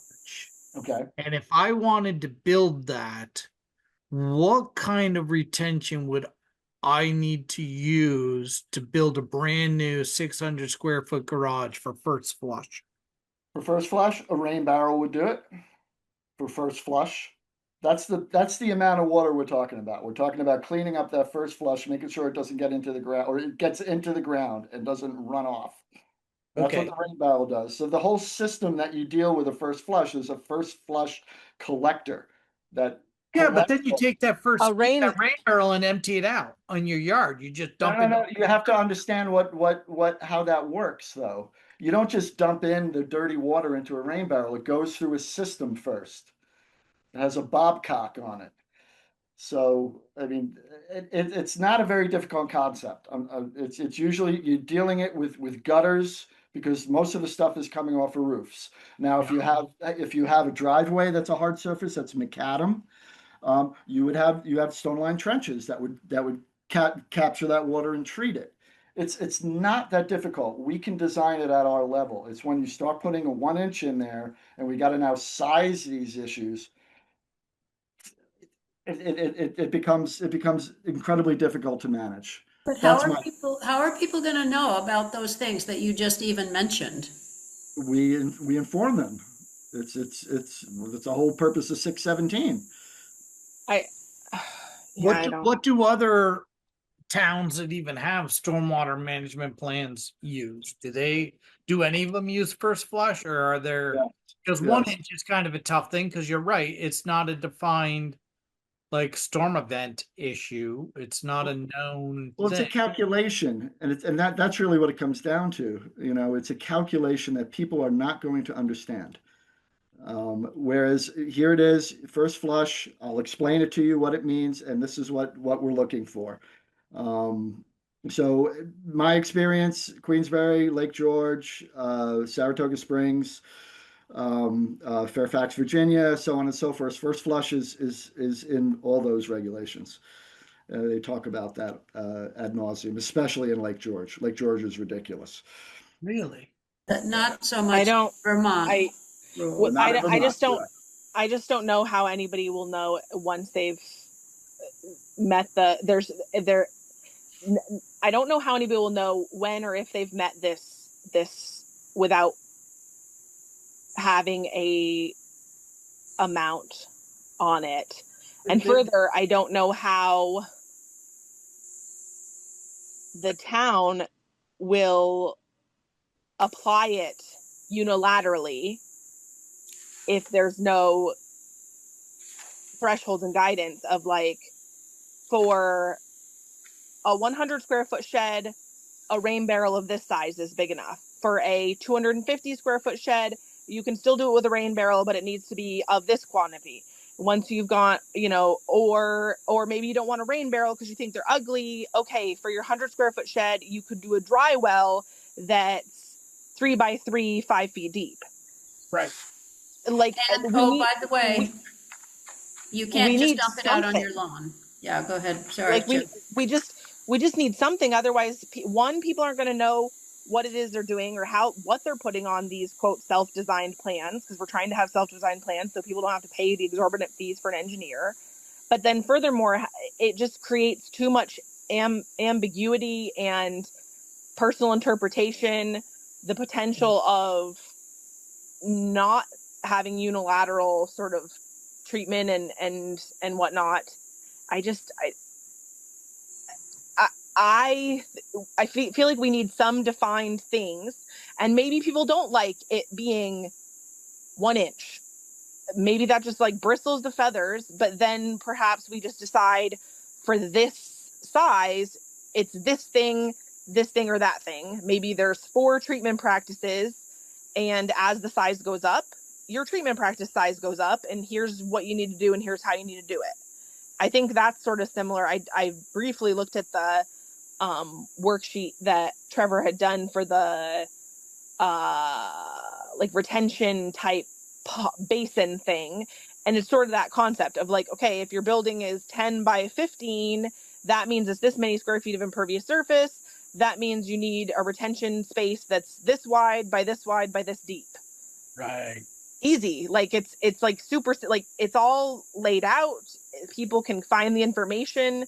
They can know what they need to do, so they can know what they need to expect. It's like neighbors also then have like clear, okay, I'm cool with this. Like my neighbor's gonna manage this much stormwater with this kind of thing, and like that's great because then it's not gonna flood my basement, especially down in the village where there's all these problems with promoting ADUs and secondary infill housing. I think folks knowing what's expected of them and what to expect of neighboring development that's going to happen is where we're going to have success. Thank you. And here's so Trevor sent me the model stormwater management bylaw from the Vermont League of Cities and Towns. Here's what they say about a stormwater management standard. Stormwater runoff from impervious surfaces exceeding 2,500 square feet, there's another number for you, and up to 1/2 acre shall be routed through one or more appropriate BMPs based on soils, precipitation, flow, pollutant requirements, and unique conditions. BMPs shall be sized and designed to capture 90% of the annual storm events or the first inch of rainfall. See simplified sizing tool for methods and calculations. So they even in their model bylaw have the first inch of rainfall as the first flush number. Trevor, and then we have to go after that. So time to wrap it up, but what? So it looks like the Lake George currently uses actual numbers now, because they do a flat 1.5 gallons of stormwater for every square foot of net increase in pervious area if it's managed on site. And they also do infiltration as a different amount. They have like a 2-page checklist for minor stormwater permits that apply at 1,000 square feet it created, and then do major permits at 5,000 square feet. But it's got different practices. It looks like they do actual numbers. This is at least from the Lake George Park Commission, which I'm assuming is Lake George, New York's thing, but Yeah, that's they appear to do that. That's not the town, but Yeah, I don't know the town, but they that one does, and I mean, I don't know. Anyway, I use the you can use the worksheet that I sent out too, which is one from Salisbury, Pennsylvania, and you just put in 1,000 square feet. It tells you the bed area size.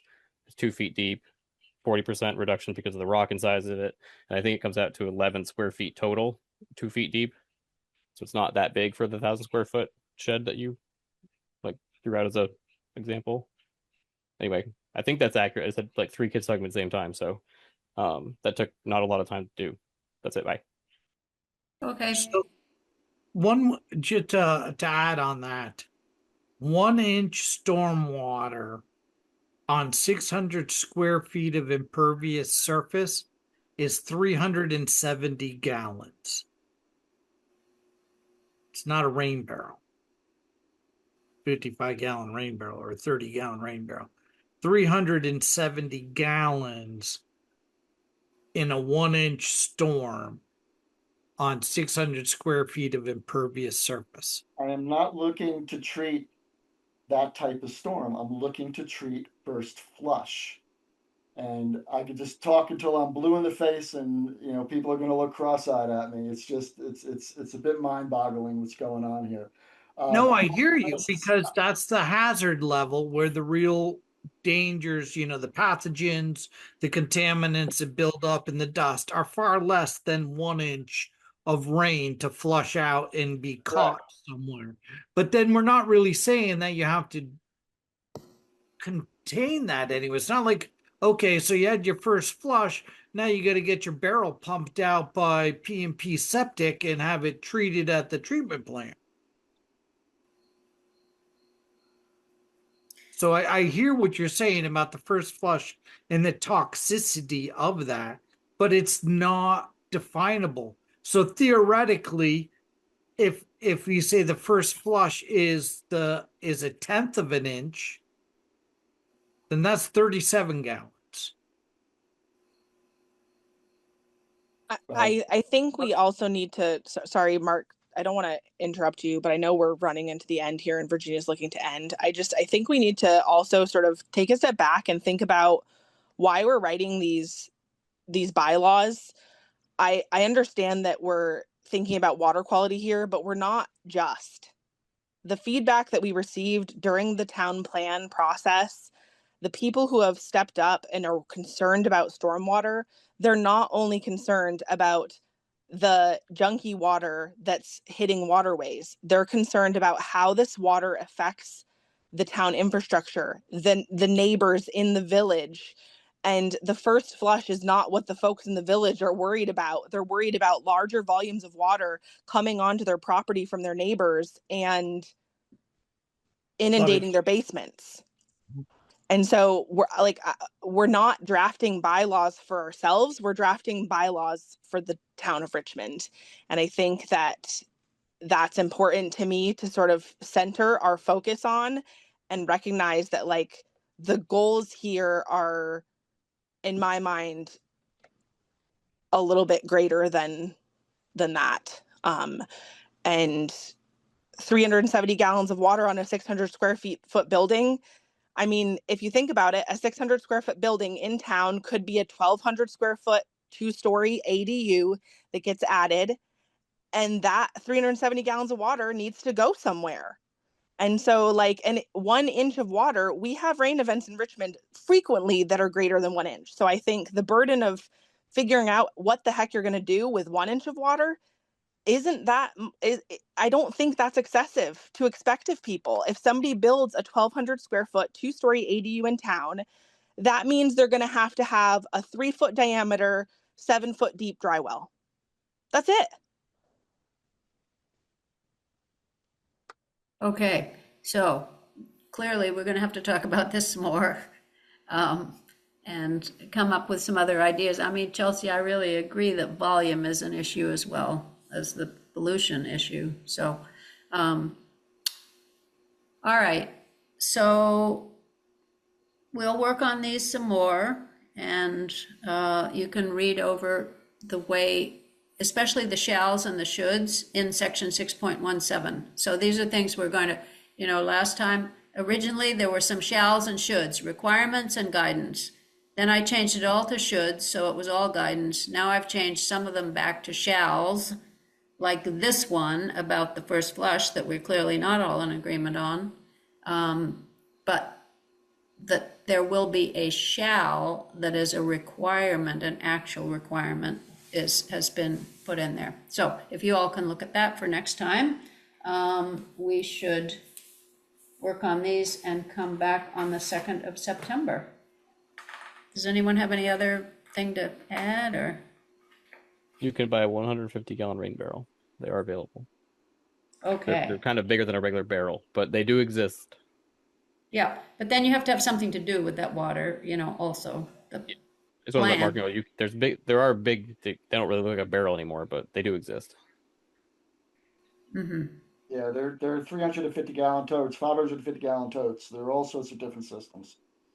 So that, and I'll leave you with this. That's 600 square feet of barrage that I have in a 1 inch storm would equal 50 cubic feet of water. So I would need to be able to have a dry well that can contain 50 cubic feet, or 374 gallons. So you're looking at 50 cubic feet is a lot bigger than a 50 gallons. You know, that's 374 gallons. So I would need to be able to create space in a dry well to contain 50 cubic feet, not including the stone and rock that's already there. Either I build a retention pond that contain 50 cubic feet, which is, 5 by 10 by 1 foot deep, or 5 by 5 by 2 foot deep of empty space that can contain that much water. 5 by 5 by 2 feet deep, just for my 600 square foot garage, 20 by 30 garage. So are you advocating for that or not? You're advocating not. I am I'm understanding that that's the kind of thing as we try to quantitate volumes of containment. A 600 square foot garage, a 20 by 30 garage, would require a swale or retention pond 5 by 5 feet deep, 5 by 5 feet wide, 2 feet deep. Go 3 feet deep, you get down to 4 feet. You know what I mean? I mean, that's the math. 50 cubic feet to contain 1 inch of stormwater runoff on only 600 square foot building. Yeah, so We talk about a whole new house. It's a lot bigger than the 20 by 30. I don't know what I'm saying. I'm just trying to give you an image of what we're talking about possibly requiring to contain a Right. 1 stormwater runoff, which isn't a 10-year storm or a 25-year storm.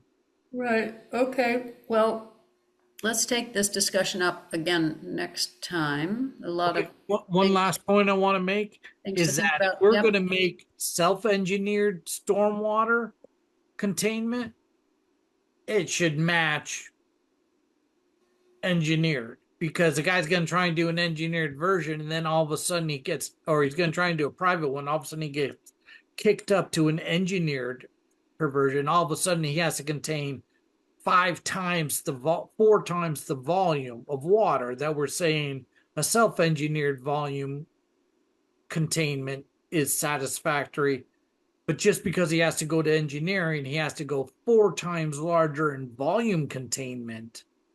That's a significant burden. That's not the $5,000 you're spending on the engineer. It's also 4+ times the volume that he actually has to engineer for. Just a thought, just something Right. to think. It's a big difference between self-engineered and engineered. If we're saying it's a 1-inch storm versus a 10-year storm, and we currently engineer for 25-year. Damn. Yeah, I mean, and there's some confusion there because there was this one project recently on Brown's Court. It's a duplex. It can't be less than 600 square feet. And they had to get, because it was a subdivision, an engineered plan. And the engineered plan for all the runoff from that house, actually just from the back of the house, because they thought the front of the house would run into the road, which the DRB accepted. They built a small retention pond. It was pretty small. I don't remember, Keith, I don't know if you remember the size of that retention pond, but it was like a little pool in the backyard. It was a very small pond, maybe 5 by 5 and a foot or 2 deep. It was not very big. And it was only half the runoff because it was from the back of the house. And the rest of it was just going to run off into the front. And the DRB said, okay, that's a 25-year storm. They were required to develop stormwater for a 25-year storm. So, and that's crazy that just having it run off into the road, they're not liable for. yeah. Because And there we're were all neighbors. liable for that. There were neighbors who complained down the road, down Brown's Court, which runs downhill from the Jericho Road. There were neighbors downstream who complained that there was already a lot of water running in the road with storm events. Oh, yeah. So, there's some confusion about what's okay with a 25-year storm. The DRB seemed to say, well, it was designed by an engineer, so I guess it's fine. They also said Anyway. at the last meeting that they only really care about stormwater if neighbors complain. Yeah, well, there were neighbors complaining and they.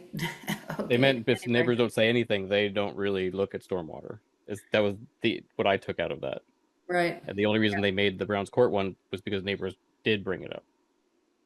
Just because it runs into the road doesn't mean that it's not runoff, though. That's insane. Right. Well, the reason they required it was because our subdivision reg says a 25-year storm. You have to account for the stormwater from a 25-year storm. That's why they had to require it, because it Yes. happened to be a subdivision. But they weren't. But the excuse of running into the road should not be the reason to reduce the volume of containment. Yeah, it was weird. Anyway. So on that note, unless anyone has anything else to add about updates or other business, we'll Would the take. Chairwoman like to make a motion? Sorry. Yes, Mark Bye. will make a motion and somebody will second it.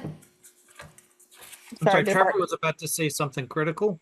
did- I mean, I was going to say that I think that the subdivision rules for like what management means should be clarified to go along with what we mean by management, possibly yet. But what does that mean? Infiltrate, evaporate, store, something? Because DRB has repeatedly said we don't know what management means Yes. many right. times. So that might Yeah. be something to attach to this, is that whether We're we definitely reduce it from gonna- 25 to 10, we need to, I think, address that because they continue to say they don't know what that means. We'll definitely clarify that. I We're would going to put in those words about what exactly is needed, like infiltration, bioretention, blah, blah, blah. That's what we're talking about with management. So anyway, Chelsea, did you second the motion to adjourn? Please. Did Mark make a motion? If so, Yes, then yes, he I did. second the motion. let me finish it. Mark? So moved. Okay, Mark made the motion to adjourn. Chelsea, are you seconding it? I second the motion to adjourn. Thank you. All right. So since I'm in favor of it as well, we are all in favor of it and we will reconvene on the 2nd of September. Au And, revoir. Thank you, Keith. I really appreciate your perspectives. I do. I know it's frustrating. You're coming from a different place, and we're all kind of, well, at least Yeah, I. right. Everybody's heart is in the right place. Don't get me wrong. I have to Yeah. look at it through the prism of administration. Yep. That's the way I look at it. I respect that. Everybody, I do. please have a fabulous night. What's Yeah, Amen.